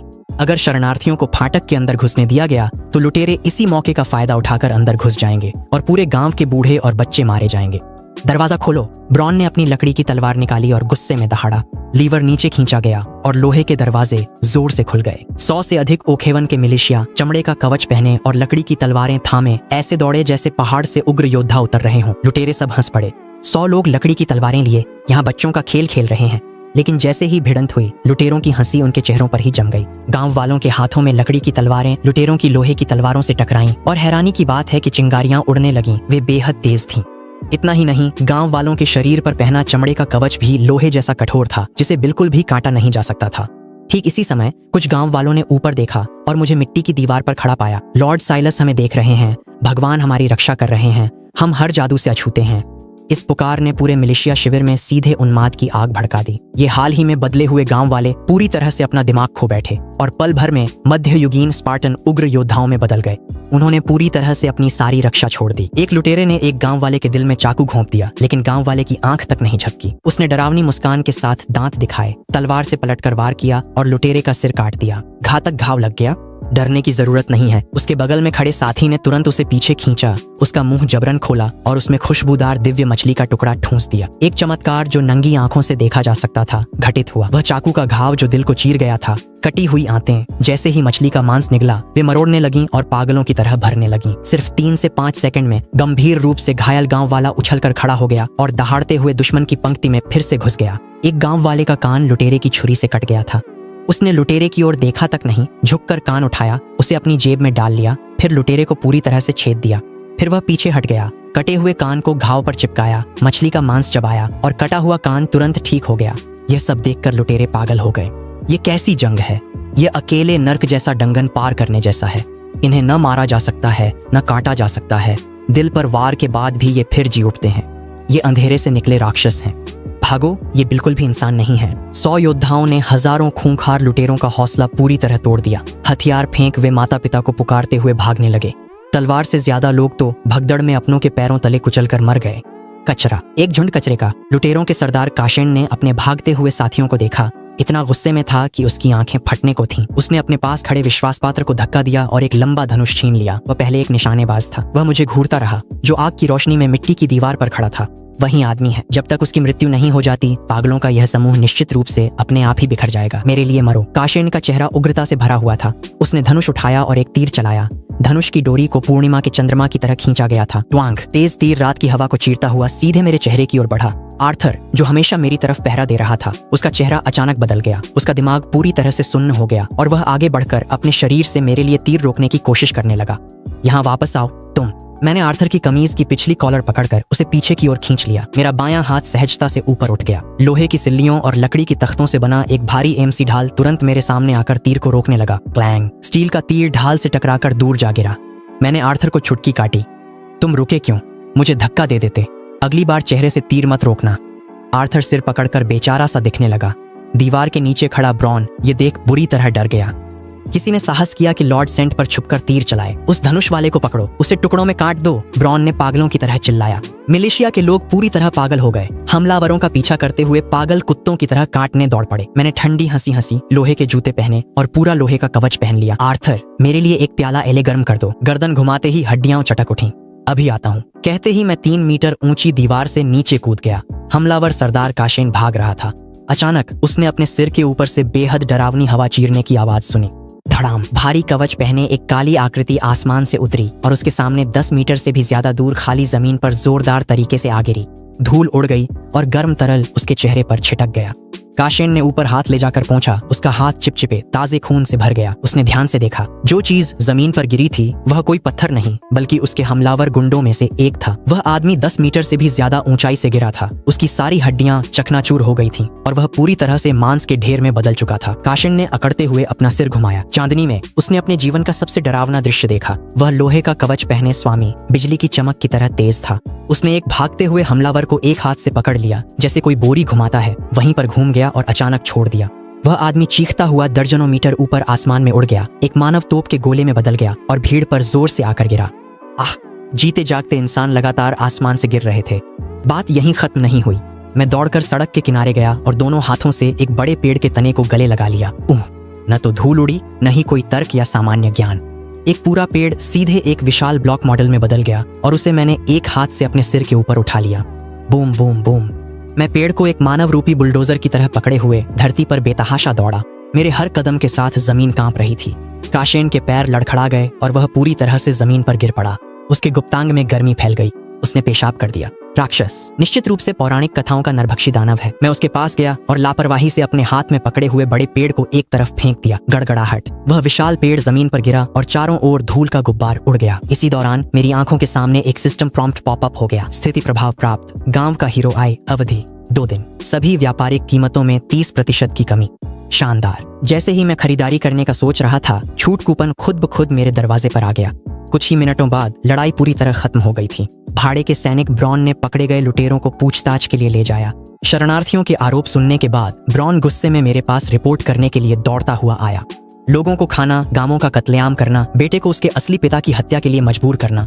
ब्रॉन की रिपोर्ट सुनकर मेरे दिल में उमड़ती हत्या की भावना अब और दबाई नहीं जा सकी। ये जानवर उस लालची शूरवीर वुल्फ्रिक से भी 10,000 गुना ज्यादा घिनौने थे। मुझे सच में लगता था कि इन्हें गांव में बंधुआ मजदूर बनाकर रखना भी मेरी जमीन को गंदा कर देगा। इन सबको मार डालो। मेरी आंखें बर्फ जैसी ठंडी थीं, उनमें कोई गर्माहट नहीं थी। एक भी मत छोड़ना। हालांकि नेता को मेरे लिए जिंदा छोड़ो। कुछ सैनिकों ने डाकू काशेन को पकड़कर मेरे पास पेश किया। यह जानते हुए कि वह बच नहीं सकता, वह डीठ बन गया। वह मुझे घूरते हुए मुझ पर खून थूकने की तैयारी करने लगा। क्या हुआ अगर मैं तुम्हें दादा कहूँ? हिम्मत है तो मुझे काट डालो। पास खड़े मिलिशिया ने मूठ उसके चेहरे पर मारी और उसके दांत तोड़ दिए। मैं झुककर मुस्कुराते हुए उसे देखने लगा। काफी सख्त जबान है ना? गाल थपथपाकर मैंने पूछा, तुम एड ग्रिफिन हो? कैसियन घूरता रहा। मैं उठा और आसमान की ओर इशारा किया। शुभ रात्रि जैसी धीमी आवाज में कहा, ग्रिफिन कहलाते हो तो क्या कभी आसमान में उड़े हो? मैंने खून थूकते डाकू सरदार कैसियन को घूरते हुए ठंडी मुस्कान के साथ पूछा।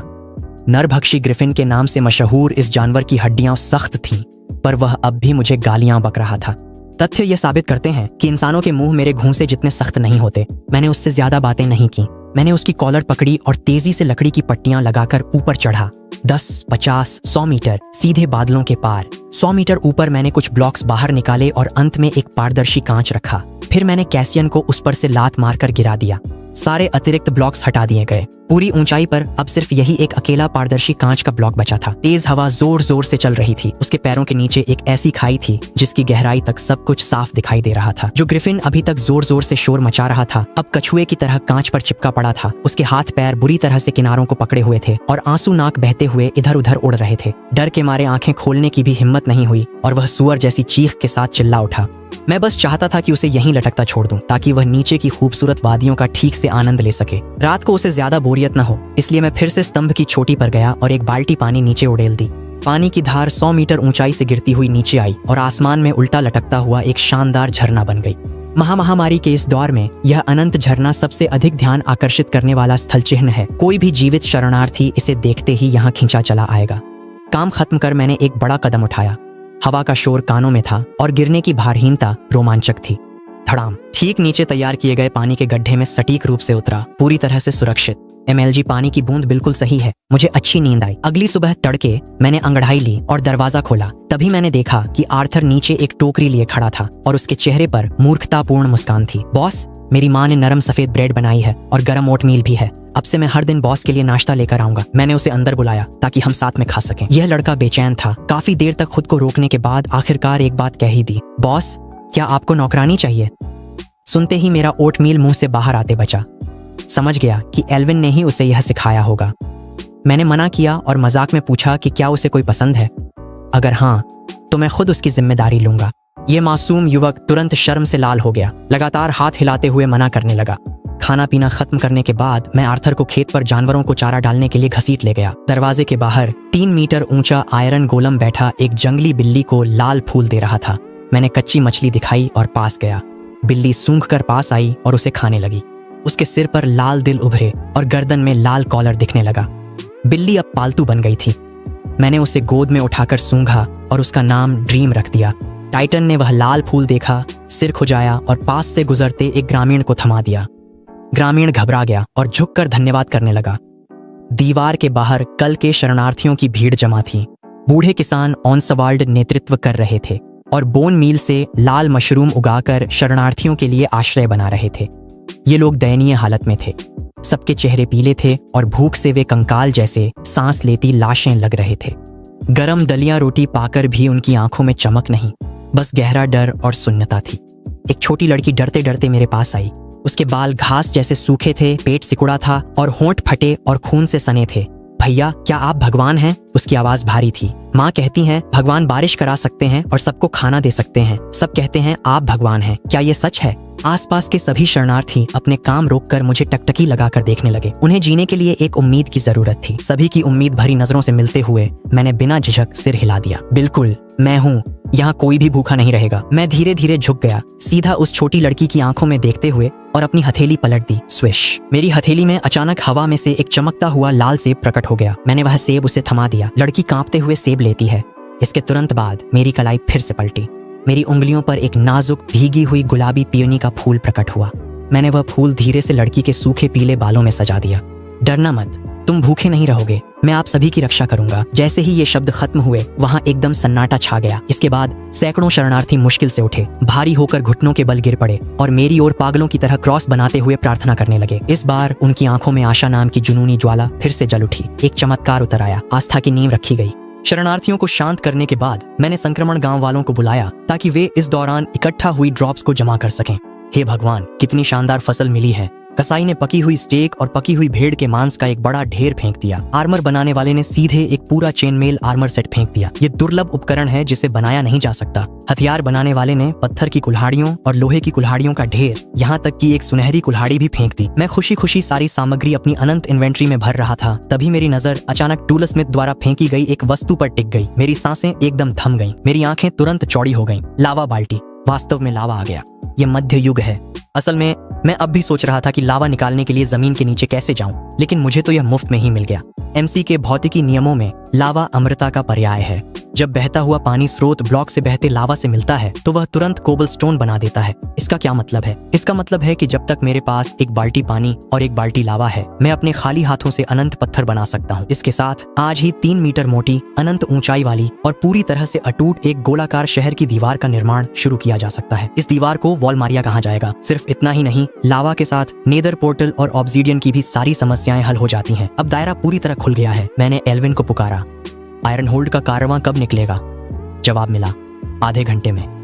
मैंने कहा, नाइट कमांडर वुल्फ्रिक को ले जाना। फिर मैं मशरूम हाउस की ओर बढ़ा जहां वुल्फ्रिक बंदी था।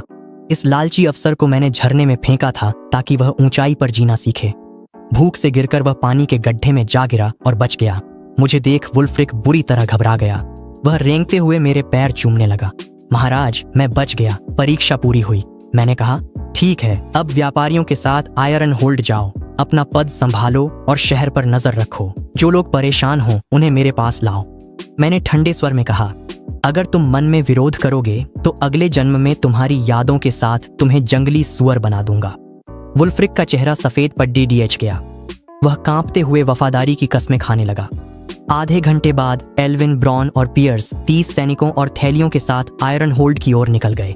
जैसे ही वे मेरी निर्धारित सीमा से बाहर निकले, बंजर भूमि पर हर जगह घातक इरादे छिपे हुए थे। यात्रा का आधा रास्ता भी नहीं हुआ था कि ब्रॉन की आंखें तेज हो गईं। उसका हाथ तलवार की मूठ पर जा टिका। एल्विन, हमारे पीछे लोग लगे हुए हैं। विद्रोहियों का एक दस्ता हम पर नजर रखे हुए है। गति बनाए रखो, युद्ध के लिए तैयार रहो। एल्विन के चेहरे का रंग नहीं बदला। शब्दों की गूंज खत्म भी नहीं हुई थी कि घास के पीछे से लगभग 200 लोग तलवारें और हथियार लहराते हुए निकल पड़े और व्यापारी कारवां को पूरी तरह घेर लिया। आगे खड़े विद्रोही नेता रैगनार ने अपनी लंबी तलवार उठाई और चिल्लाया, हम ब्लडहाउंड ब्रदरहुड के लोग हैं। हमें सिर्फ दौलत चाहिए, जान नहीं। माल सौंप दो तो तुम्हारी जान बख्श देंगे। 7 गुना बड़ी दुश्मन सेना देख। एल्विन ने सिक्कों की थैली निकाली। तभी एक विद्रोही पियर्स को घूरते हुए अपनी जांघ थपथपाकर बोला, बॉस, मैंने इसे देखा है। ये ओखेवन से हैं। ओखेवन? ये शब्द सुनते ही विद्रोही सहम कर पीछे हट गए और हथियार डाल दिए। ये ओखेवन के लोग हैं, लूट छोड़ो। मेरी माँ को उन्होंने ही शरण दी थी। वो पवित्र भूमि है जिसे देवता का संरक्षण प्राप्त है। वहाँ अनाज का भंडार और 3 मीटर का लोहे का टाइटन है जिस पर हथियारों का असर नहीं होता। ये सुनकर रैगनार के माथे पर पसीना आ गया। इन युद्ध के अराजक समयों में ओखेवन ने न जाने कितने परिवारों को बचाया था और संत सिलास की डरावनी किंवदंती का तो कहना ही क्या। बाढ़ ने ड्रैगन किंग के मंदिर को बहा दिया। रैगनार ने तुरंत अपनी तलवार म्यान में डाल ली, सीने पर हाथ रखकर मुस्कान से भरा चेहरा बना लिया। हमने उपकारियों का अपमान कर गलती की, रास्ता दें। एल्विन ने साथ देते हुए उन्हें स्वर्ण मुद्राएं दी और सप्रेम गांव आने का न्योता दिया। रैगनार की आंखों में आंसू आ गए। इस दौर में भी वास्तव में ऐसे लोग थे जो उन्हें डाकू नहीं समझते थे। जब व्यापारी कारवां काफी दूर चला गया तो रैगनार ने हाथ हिलाया, भाइयों की एक टुकड़ी को चुपचाप पीछा करने भेजो। जो भी ओखेवन के रास्ते को लूटने की हिम्मत करेगा वह हमारे भाईचारे के खिलाफ जाएगा। हमारे उपकारियों को शहर तक सुरक्षित पहुंचाओ। व्यापारी कारवां सुरक्षित रूप से आयरन होल्ड पहुंच गया। शहर पहले से ही पूरी तरह जर्जर हो चुका था।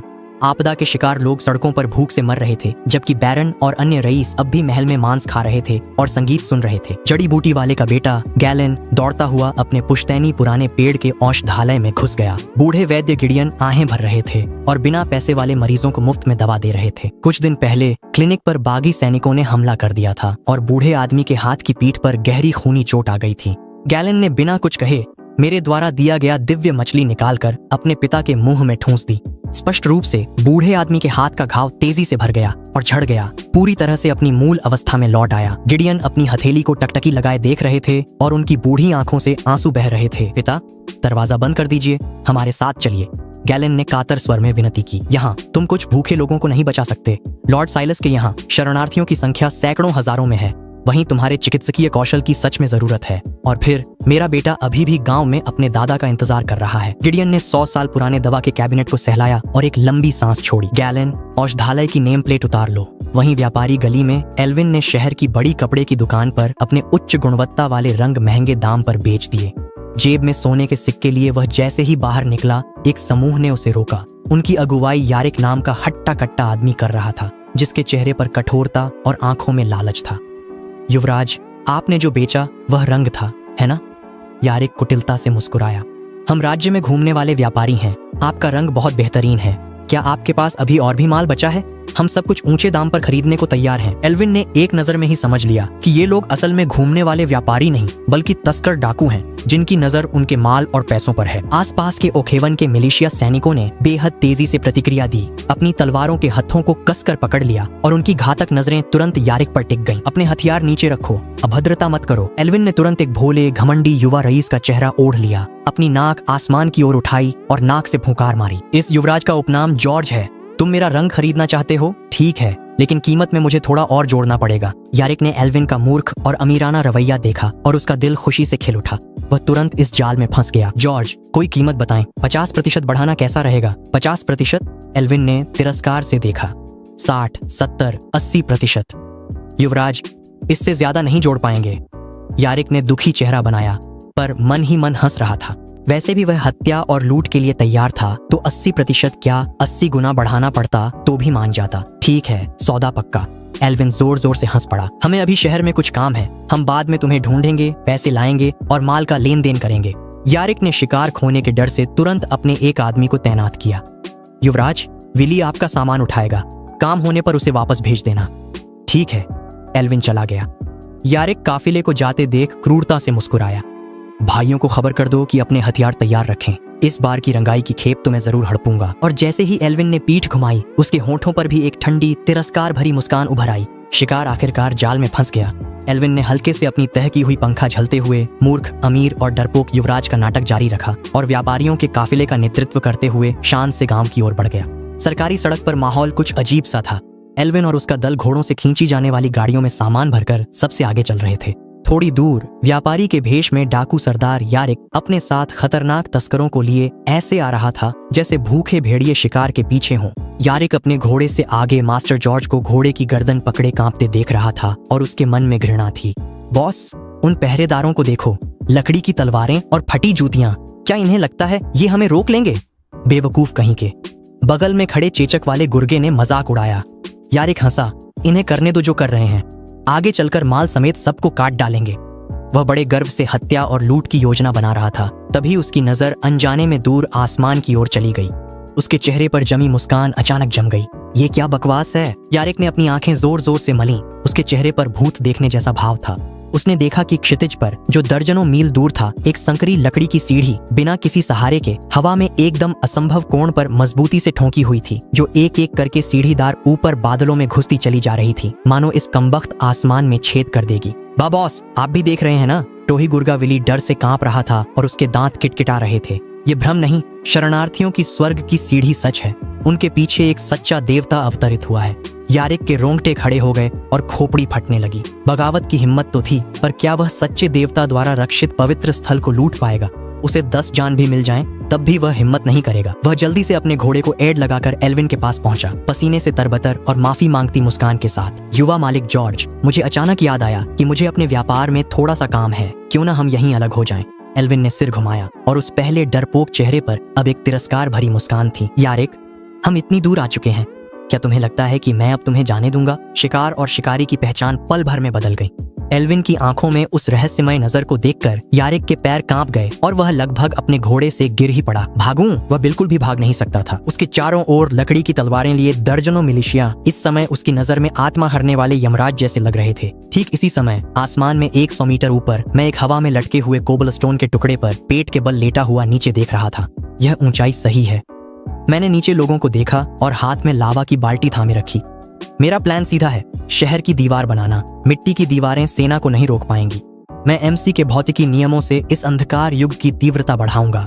यह देखकर कि नीचे कोई ग्रामीण नहीं था, मैंने कलाई घुमा दी। छप छप धधकते लावा से भरी एक बाल्टी ऊंचे आकाश से किनारे से बेतहाशा नीचे बह रही थी। जमीन पर डरे हुए यारिक और अन्य को अचानक ऊपर गर्मी महसूस हुई। विली चिल्लाया, आसमान देखो, कुछ लाल गिर रहा है। सभी ने झटके से अपना सिर ऊपर उठा लिया। उन्होंने देखा कि आसमान जैसे फट गया हो, लावा लुढ़कता हुआ उल्टे लाल झरने की तरह सब कुछ भस्म कर देने वाली गर्मी और तीखी गंध के साथ बादलों से गरजता हुआ धरती की ओर टूट पड़ा। यह एक ऐसा दृश्य था जिसे आम इंसान समझ ही नहीं सकते थे। यह तो प्रलय का स्वर्गीय अग्नि है। सब खत्म हो गया, सब कुछ खत्म हो गया। यारिक घुटनों के बल गिर पड़ा। पछतावे से उसकी आंतें जैसे हरी पड़ गई हों। वह अपने दर्द से कराहते पेट को पकड़े आग के उस समुद्र को देख रहा था जो उन्हें निगलने वाला था, और निराशा में अपनी आंखें बंद कर लीं। मैं तो बस थोड़ा सा रंग चुराना चाहता था।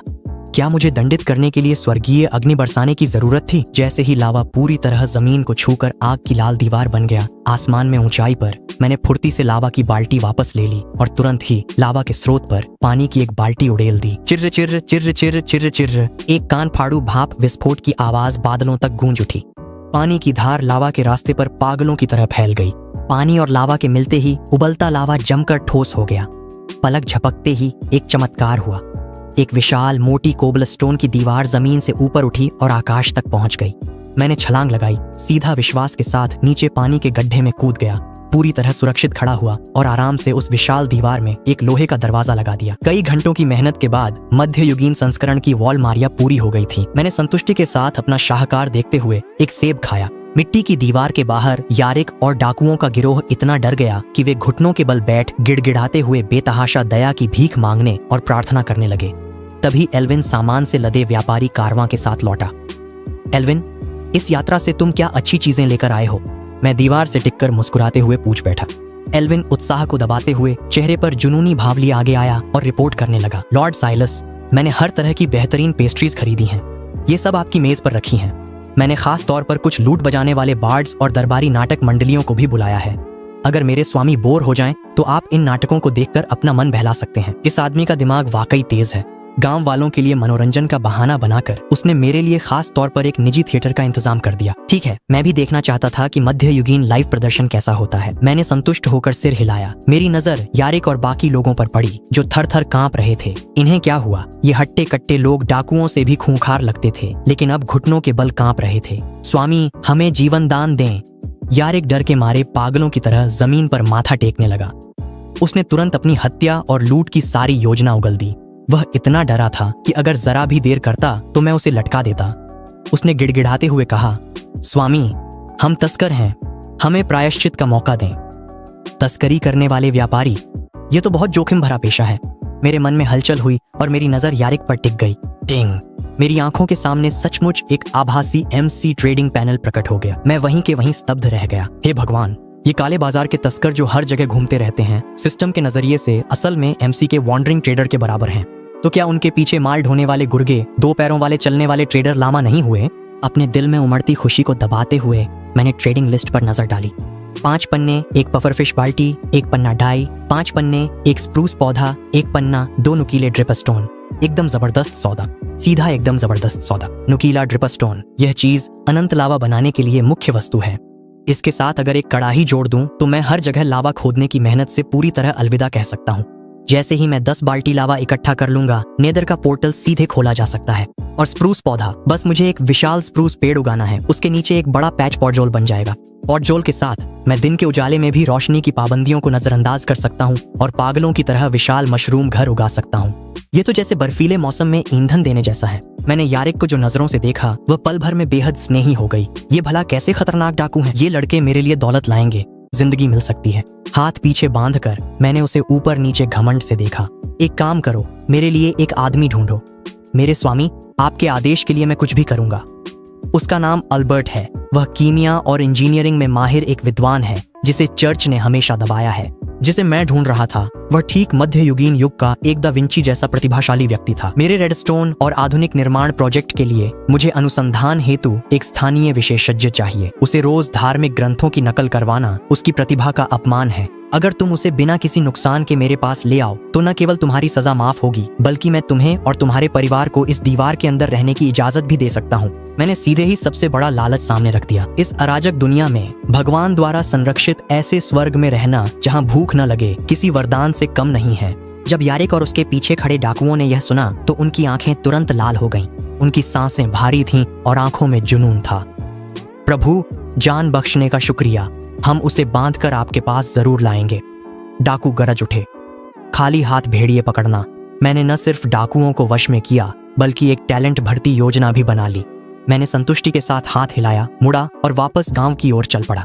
सुरक्षित क्षेत्र में लौटते ही मैंने तुरंत पन्ने निकाले और यारिक को ढूंढकर सौदे पूरे किए।